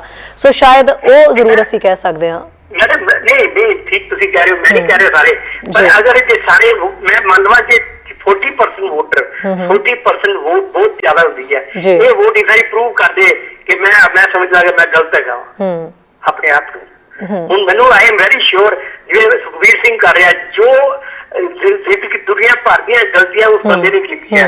ਮੈਂ ਕਰਪਸ਼ਨ ਦੀ ਗੱਲ ਨਹੀਂ ਕਰਦਾ, ਉਹ ਛੱਡ ਦੇਣਾ ਪਾਰਟ ਵਾਲਾ, ਮਤਲਬ ਜਿੰਨਾ ਉਸ ਫੈਮਿਲੀ ਨੇ ਆਪਣੀ ਫੈਮਿਲੀ ਨੂੰ ਜਾਂ ਆਪਣਾ ਬਿਜ਼ਨਸ ਨੂੰ ਅੱਗੇ ਚੱਕਿਆ, ਉਹਨੇ ਆਪਣੇ ਪੰਜਾਬ ਦੇ ਬਿਲਕੁਲ ਜ਼ੀਰੋ, ਉਹਦੇ ਨੌਲੇਜ ਹੀ ਨਹੀਂ ਉਹਨੂੰ ਪੋਲਿਟਿਕਸ ਦੀ ਕੋਈ ਸੁਖਬੀਰ ਬਾਦਲ ਨੂੰ ਜ਼ੀਰੋ ਇਨ ਪੋਲਿਟਿਕਸ। ਮੇਬੀ ਉਹ ਸ਼ਾਇਦ ਬਿਜ਼ਨਸ ਕਰੇ, ਅੰਬਾਨੀ ਤੋਂ ਅੱਗੇ ਨਿਕਲ ਸਕਦਾ ਹੈ, ਨॉट ਇਨ ਪੋਲਿਟਿਕਸ। ਉਹਨੂੰ ਲੋਕਾਂ ਦਾ ਇੰਟਰਸਟ ਨਹੀਂ ਪਤਾ ਕੀ ਇੰਟਰਸਟ ਹੈਗਾ।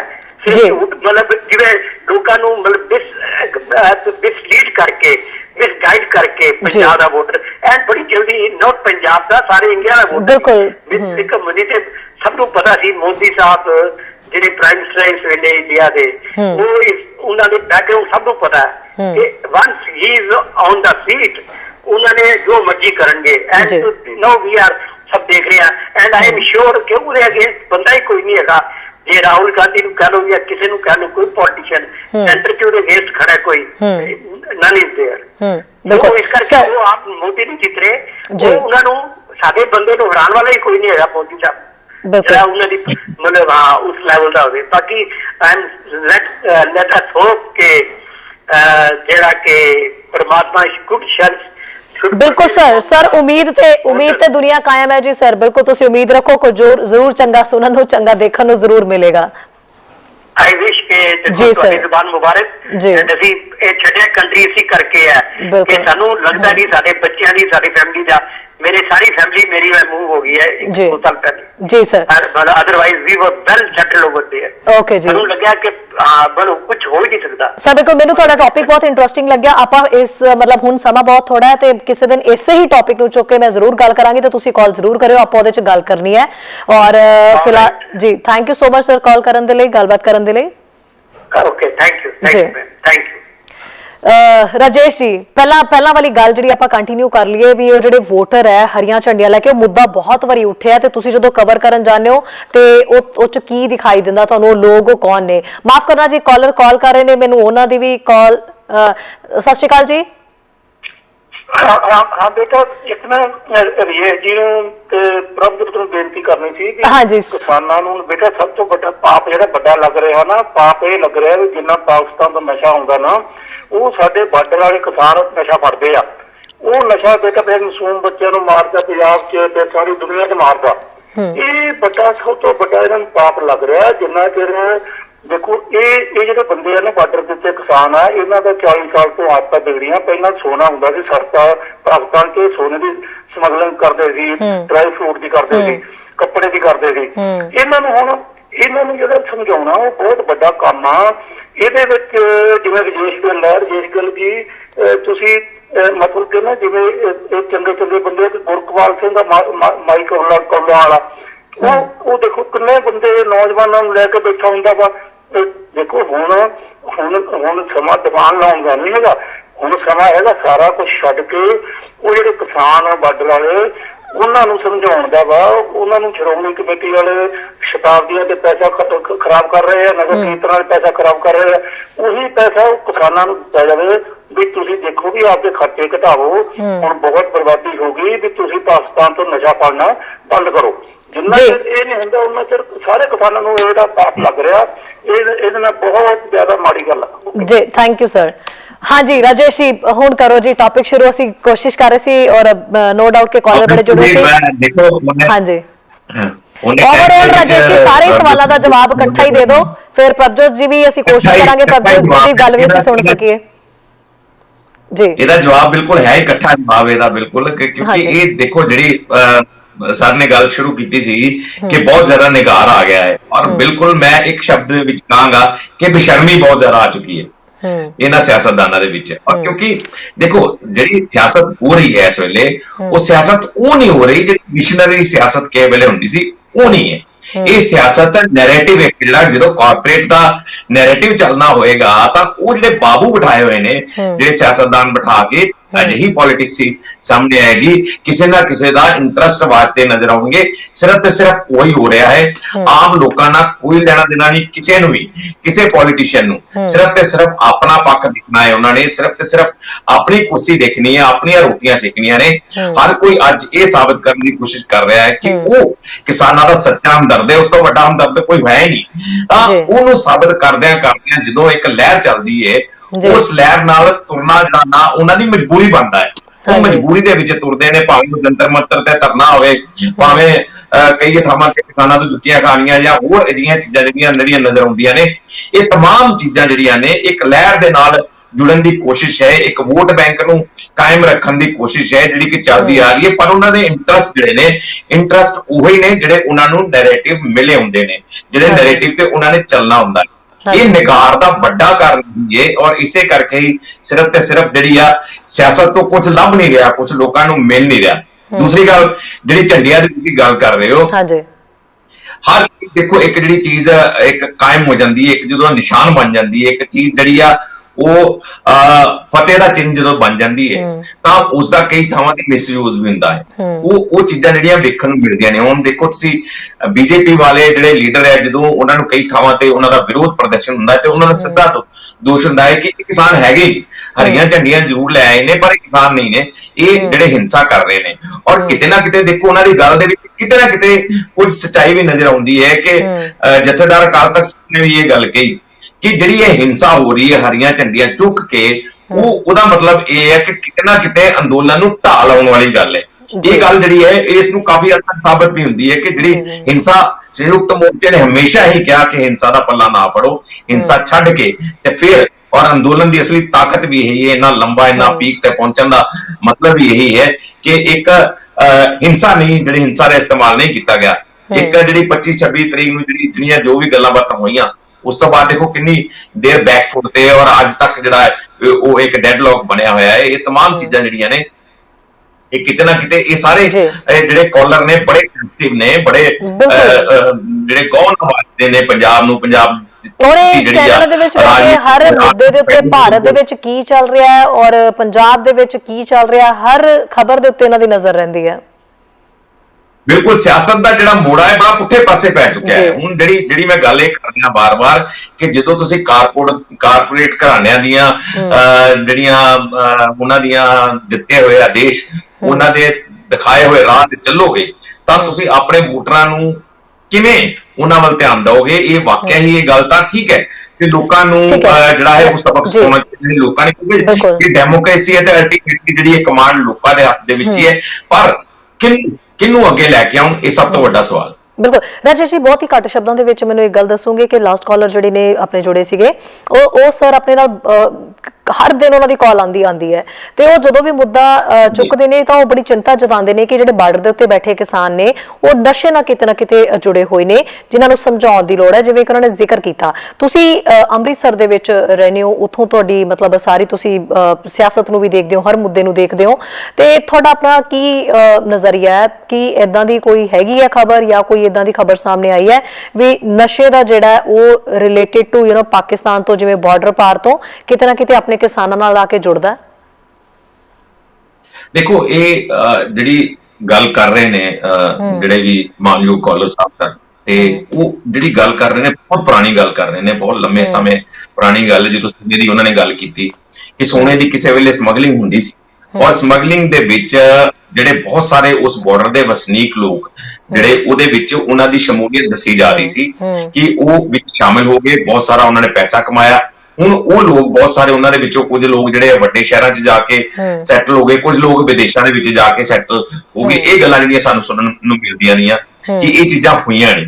ਔਰ ਉਸ ਤੋਂ ਬਾਅਦ ਕਿਉਂਕਿ ਉਸ ਵੇਲੇ ਫੈਂਸਿੰਗ ਵੀ ਨਹੀਂ ਸੀ, ਫੈਂਸਿੰਗ ਜਿਹੜੀ ਬੜੀ ਬਾਅਦ ਦੇ ਵਿੱਚ ਜਾ ਕੇ ਹੋਈ ਔਰ ਫੈਂਸਿੰਗ ਜਦੋਂ ਹੋਈ ਉਸ ਤੋਂ ਬਾਅਦ ਸਖਤੀ ਵਧੀ। ਸਖਤੀ ਵੱਧਦੀ ਜਿਹੜੀ ਹੈ ਹੌਲੀ-ਹੌਲੀ ਸਮਾਂ ਲੱਗਾ ਕਿ ਸਖਤੀ ਜਿਹੜੀ ਵਧਣੀ ਸ਼ੁਰੂ ਹੋਈ।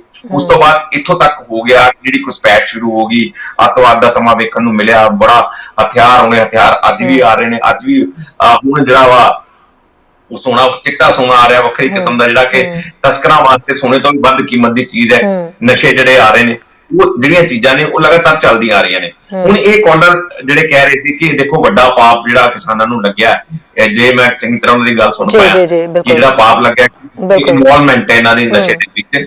ਦੇਖੋ ਹਰ ਥਾਂ ਤੇ ਬਲੈਕ ਸ਼ੀਪਸ ਆਰ ਐਵਰੀਵੇਅਰ, ਹਨਾ, ਕਿਤੇ ਵੀ ਜਿੱਥੇ ਕਿਤੇ ਜਿਹੜੀ ਚੱਲ ਰਹੀ ਹੈ, ਜਿੱਥੇ ਕ੍ਰਾਈਮ ਚੱਲ ਰਿਹਾ ਵਾ, ਉਹ ਕ੍ਰਾਈਮ ਦੇ ਵਿੱਚੋਂ ਕੁਝ ਲੋਕ ਜਿਹੜੇ ਨੇ ਉਹਨਾਂ ਦੀ ਸ਼ਮੂਲੀਅਤ ਦੇ ਵਿੱਚ ਹੁਣ ਜਿਹੜੇ ਫੜੇ ਜਾਂਦੇ ਨੇ ਲੋਕ।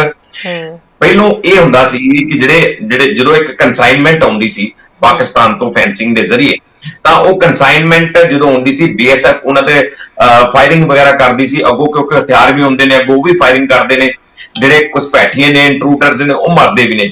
ਪਰ ਹੁਣ ਇਹ ਹੋਣਾ ਸ਼ੁਰੂ ਹੋ ਗਿਆ ਕਿ BSF ਨੇ, ਪੁਲਿਸ ਨੇ ਉਹਨਾਂ ਲੋਕਾਂ ਨੂੰ ਵੀ ਫੜਨਾ ਸ਼ੁਰੂ ਕਰ ਦਿੱਤਾ ਜਿਹੜੇ ਲੋਕ ਉਸ ਕੰਸਾਈਨਮੈਂਟ ਨੂੰ ਲੈ ਆਉਂਦੇ ਨੇ। ਹੁਣ ਪਿਛਲੇ ਕੁਝ ਸਮੇਂ ਤੋਂ ਕੁਝ ਇੰਸੀਡੈਂਟਸ ਏਦਾਂ ਦੇ ਹੋਏ ਜਿਹਦੇ ਵਿੱਚ ਜਿਹੜੇ ਕੰਸਾਈਨਮੈਂਟ ਲੈਣ ਆਏ ਪੁਲਿਸ ਨੇ ਜਾਂ BSF ਨੇ ਇਹ ਇੰਤਜ਼ਾਰ ਨਹੀਂ ਕੀਤਾ ਕਿ ਉਧਰੋਂ ਮਾਲ ਆ ਲੈਂਦੀ ਹੈ ਤੇ ਫਿਰ ਇਕੱਠਿਆਂ ਨੂੰ ਫੜੀਏ। ਉਹਨਾਂ ਨੇ ਕੀ ਕੀਤਾ, ਉਹਨਾਂ ਨੇ ਜਿਹੜੇ ਕੰਸਾਈਨਮੈਂਟ ਲੈਣ ਆਏ ਸੀ ਉਹਨਾਂ ਨੂੰ ਵੀ ਫੜ ਲਿਆ ਅੱਛਾ ਹੁਣ ਹੋ ਸਕਦਾ ਉਹ ਜਾਂ ਕਿਸਾਨ ਹੋਣ ਜਾਂ ਨਾ ਹੋਣ ਜਾਂ ਸ਼ੁਰੂ ਤੋਂ ਹੀ ਸਮਗਲਿੰਗ ਕਰਦੇ ਆਏ ਹੋਣ, ਸੋ ਇਸ ਦਾ ਕਿਸਾਨਾਂ ਨੂੰ ਮੇਰੇ ਖਿਆਲ ਦੇ ਵਿੱਚ ਦੋਸ਼ ਨਹੀਂ ਦਿੱਤਾ ਜਾ ਸਕਦਾ, ਕਿਉਂਕਿ ਕਿਸਾਨ ਜਿਹੜੇ ਨੇ ਬਹੁਤ ਵੱਡੀ ਗਿਣਤੀ ਦੇ ਵਿੱਚ ਨੇ, ਬਾਰਡਰ ਤੇ ਵਸੇ ਕਿਸਾਨ ਜਿਹੜੇ ਨੇ ਉਹ ਬਹੁਤ ਘੱਟ ਗਿਣਤੀ ਦੇ ਵਿੱਚ ਨੇ, ਤੇ ਉਹਨਾਂ ਦੇ ਵਿੱਚੋਂ ਕੁਝ ਕੁ ਜਿਹੜੇ ਲੋਕ ਨੇ ਉਹ ਕਿਤੇ ਨਾ ਕਿਤੇ ਕ੍ਰਿਮੀਨਲ ਮਾਈਂਡਡ ਜੇ ਕੋਈ ਹੋਏਗਾ ਤੇ ਉਹਦੇ ਬਾਰੇ ਨਹੀਂ ਕਿਹਾ ਜਾ ਸਕਦਾ ਜਾਂ ਕਿਸੇ ਦੀ ਇਨਵੋਲਵਮੈਂਟ ਹੋਏਗੀ ਤਾਂ ਉਹ ਸਾਰੇ ਕਿਸਾਨਾਂ ਨੂੰ ਇਸ ਪੱਖੋਂ ਦੋਸ਼ ਦੇਣਾ ਉਹ ਜਿਹੜੀਆਂ ਮੈਂ ਇਹਨਾਂ ਕੇ ਵਾਜਿਬ ਗੱਲ ਨਹੀਂ ਹੈ। ਬਿਲਕੁਲ ਸਹੀ ਗੱਲ ਕਹਿ ਰਹੇ ਹੋ, ਕਿਉਂਕਿ ਤੁਸੀਂ ਬਾਰਡਰ ਏਰੀਏ ਦੇ ਨਾਲ ਸੰਬੰਧਿਤ ਹੋ, ਇਸ ਲਈ ਇਹ ਸਵਾਲ ਜਿਹੜਾ ਮੈਂ ਤੁਹਾਨੂੰ ਹੀ ਪੁੱਛਣਾ ਚਾਹੁੰਦੀ ਸੀ ਵੀ ਇਹਦੀ ਜਿਹੜੀ ਪਿਕਚਰ ਹੈ ਕਲੀਅਰ ਕੀਤੀ ਜਾਏ। ਤੇ ਆਈ ਥਿੰਕ ਜਿਹੜੇ ਕਾਲਰ ਸਾਡੇ ਨੇ ਜਿਨ੍ਹਾਂ ਨੂੰ ਬਹੁਤ ਚਿੰਤਾ ਰਹਿੰਦੀ ਹੈ ਇਸ ਚੀਜ਼ ਦੀ, ਤੇ ਉਹਨਾਂ ਨੂੰ ਬਿਹਤਰ ਜਾਣਕਾਰੀ ਹੈ ਜਿਹੜੀ ਇਸ ਸੰਬੰਧੀ ਮਿਲ ਗਈ ਹੋਏਗੀ ਵੀ ਆਪਾਂ ਵਾਕਈ ਸਾਰਿਆਂ ਨੂੰ ਇੱਕੋ ਹੀ ਜਿਹੜੀ ਕਹਿ ਸਕਦੇ ਆ ਕਤਾਰ ਦੇ ਵਿੱਚ ਖੜਾ ਨਹੀਂ ਕਰ ਸਕਦੇ। ਸੋ ਕਿਸਾਨ ਜਿਹੜਾ ਉਹ ਸਾਡਾ ਅੰਨਦਾਤਾ ਵੀ ਹੈਗਾ। ਸੋ ਰਾਜੇਸ਼ ਜੀ ਬਹੁਤ ਬਹੁਤ ਸ਼ੁਕਰੀਆ ਫਿਲਹਾਲ ਤਾਂ ਸਾਰੀ ਜਾਣਕਾਰੀ ਹੈ ਜਿਹੜੀ ਉਹ ਸਾਂਝੀ ਕਰਨ ਦੇ ਲਈ, ਔਰ ਫਿਰ ਤੋਂ ਜੁੜਾਂਗੇ ਮਾਰਨਿੰਗ ਸ਼ੋਅ ਦੇ ਵਿੱਚ, ਨਵੀਆਂ ਗੱਲਾਂ ਬਾਤਾਂ ਕਰਾਂਗੇ। ਬਹੁਤ ਬਹੁਤ ਸ਼ੁਕਰੀਆ। ਬਹੁਤ ਬਹੁਤ ਧੰਨਵਾਦ ਜੀ। ਸੋ ਜਿਹੜੇ ਕਾਲਰ ਬਹੁਤ ਸਾਰੇ ਮੁੱਦਿਆਂ ਦੇ ਉੱਤੇ ਬਹੁਤ ਸਾਰੀ ਚਿੰਤਾ ਜਤਾਉਂਦੇ ਨੇ, ਉਹ ਸਾਰੇ ਕਾਲਰਸ ਲਈ ਇੱਕੋ ਹੀ ਗੱਲ ਹੈ ਵੀ ਚਿੰਤਾ ਜਿਹੜੀ ਹੈ ਉਹ ਜਤਾਉਣੀ ਸਹੀ ਗੱਲ ਹੈ, ਕਿਉਂਕਿ ਅਸੀਂ ਸਾਰੇ ਹੀ ਇੰਡੀਆ ਤੋਂ ਆਏ ਹੋਏ ਹਾਂ, ਸਾਰੇ ਅਸੀਂ ਜਿਹੜੇ ਆ ਪੰਜਾਬ ਤੋਂ ਆਏ ਹੋਏ ਹਾਂ, ਸਾਡੀਆਂ ਜੜ੍ਹਾਂ ਉੱਥੇ ਨੇ, ਜਿਹੜੀਆਂ ਸਾਡਾ ਸੱਭਿਆਚਾਰ ਜਿਹੜਾ ਉੱਥੋਂ ਨਾਲ ਜੁੜਿਆ ਹੋਇਆ। ਸੋ ਚਿੰਤਾ ਰਹਿੰਦੀ ਹੀ ਹੈ ਉਸ ਚੀਜ਼ ਦੀ, ਉਹਦੇ ਲਈ ਅਰਦਾਸ ਵੀ ਕਰਿਆ ਕਰੋ, ਔਰ ਆਪਣੇ ਪੱਧਰ ਦੇ ਉੱਤੇ ਤੁਸੀਂ ਜੋ ਕਰ ਸਕਦੇ ਹੋ ਉਹ ਵੀ ਜ਼ਰੂਰ ਕਰਿਆ ਕਰੋ। ਤੇ ਫਿਲਹਾਲ ਤਾਂ ਮੈਨੂੰ ਜਿਹੜੀ ਕਾਲ ਤੁਸੀਂ ਕਰਦੇ ਹੋ ਉਹਦੇ ਵਿੱਚ ਵੀ ਆਪਾਂ ਬਹੁਤ ਸਾਰੀਆਂ ਗੱਲਾਂ ਸਾਂਝੀਆਂ ਕਰਦੇ ਹਾਂ, ਔਰ ਕਈ ਕਾਲਰਸ ਮੈਨੂੰ ਪਤਾ ਕਿ ਕਈਆਂ ਨੂੰ ਜਿਹੜੇ ਸਵਾਲ ਕਰਦੇ ਨੇ ਹੋ ਸਕਦਾ ਉਹਨਾਂ ਨੂੰ ਉਸ ਤਰ੍ਹਾਂ ਦਾ ਜਵਾਬ ਨਾ ਮਿਲਿਆ ਹੋਵੇ ਜਿਸ ਤਰ੍ਹਾਂ ਦਾ ਉਹ ਸੁਣਨਾ ਚਾਹੁੰਦੇ ਸੀਗੇ। ਔਰ ਸਾਡੀ ਕੋਸ਼ਿਸ਼ ਰਹਿੰਦੀ ਹੈ ਵੀ ਕੋਈ ਨਾ ਕੋਈ ਐਕਸਪਰਟ ਸਾਡੇ ਨਾਲ ਇਦਾਂ ਦੇ ਜੁੜਨ ਵੀ ਜਿਨ੍ਹਾਂ ਨਾਲ ਤੁਹਾਡੇ ਮਨ ਦੇ ਵਿੱਚ ਜੋ ਚੀਜ਼ਾਂ ਚੱਲ ਰਹੀਆਂ ਨੇ ਉਹ ਇੰਡੀਆ ਤੋਂ ਪੰਜਾਬ ਤੋਂ ਬੈਠੇ ਸਾਨੂੰ ਉਹਦੀ ਸਹੀ ਤਸਵੀਰ ਹੈ ਜਿਹੜੀ ਉਹ ਬਿਆਨ ਕਰ ਸਕਣ, ਉਹ ਦਿਖਾ ਸਕਣ। ਸੋ ਕੱਲ ਫਿਰ ਤੋਂ ਜੁੜਾਂਗੇ, ਨਵੀਆਂ ਗੱਲਾਂ ਬਾਤਾਂ ਕਰਾਂਗੇ, ਔਰ ਕੱਲ ਕੋਸ਼ਿਸ਼ ਰਹੇਗੀ ਮੇਰੀ ਕਿ ਕੈਨੇਡੀਅਨ ਮੁੱਦਿਆਂ ਦੇ ਉੱਤੇ ਆਪਾਂ ਗੱਲ ਕਰੀਏ ਤੇ ਕੋਈ ਵੀ MLA ਜਾਂ MP ਜਿਹੜੇ ਨੇ ਉੱਥੋਂ ਦੇ ਉਹ ਸਾਡੇ ਨਾਲ ਆ ਕੇ ਸਟੂਡੀਓ ਦੇ ਵਿੱਚ ਮੁਖਾਤਿਬ ਹੋਣ ਤੇ ਉਹਨਾਂ ਦੇ ਨਾਲ ਆਪਾਂ ਕੈਨੇਡਾ ਦੀਆਂ ਗੱਲਾਂ ਕਰਾਂਗੇ। ਸੋ ਤੁਹਾਡੇ ਕੋਲ ਜਿੰਨੇ ਵੀ ਸਵਾਲ ਨੇ ਕੈਨੇਡਾ ਨਾਲ ਰਿਲੇਟਡ ਉਹ ਪਲੀਜ਼ ਆਪਣੇ ਕੋਲ ਜਿਹੜੇ ਹੁਣੇ ਤੋਂ ਲਿਖ ਕੇ ਰੱਖ ਲਿਓ ਜਾਂ ਯਾਦ ਕਰਕੇ ਰੱਖ ਲਿਓ, ਤੇ ਫਿਰ ਕਾਲ ਜ਼ਰੂਰ ਕਰਿਓ ਤੇ ਆਪਾਂ ਉਹਨਾਂ ਨਾਲ ਇਸ ਸੰਬੰਧੀ ਗੱਲ ਕਰਾਂਗੇ। ਫਿਲਹਾਲ ਦੇ ਲਈ ਸ਼ੁਕਰੀਆ ਜੀ ਬਹੁਤ ਬਹੁਤ ਜਿਹੜਾ ਆਪਣਾ ਸਮਾਂ ਕੱਢਿਆ, ਤੇ ਤੁਸੀਂ ਵੀ ਜਿਹੜਾ ਸਾਡੇ ਨਾਲ ਜੁੜੇ ਹੋ, ਸਾਰੇ ਕਾਲਰਸ ਨੂੰ ਬਹੁਤ ਬਹੁਤ ਥੈਂਕ ਯੂ। ਸਤਿ ਸ਼੍ਰੀ ਅਕਾਲ।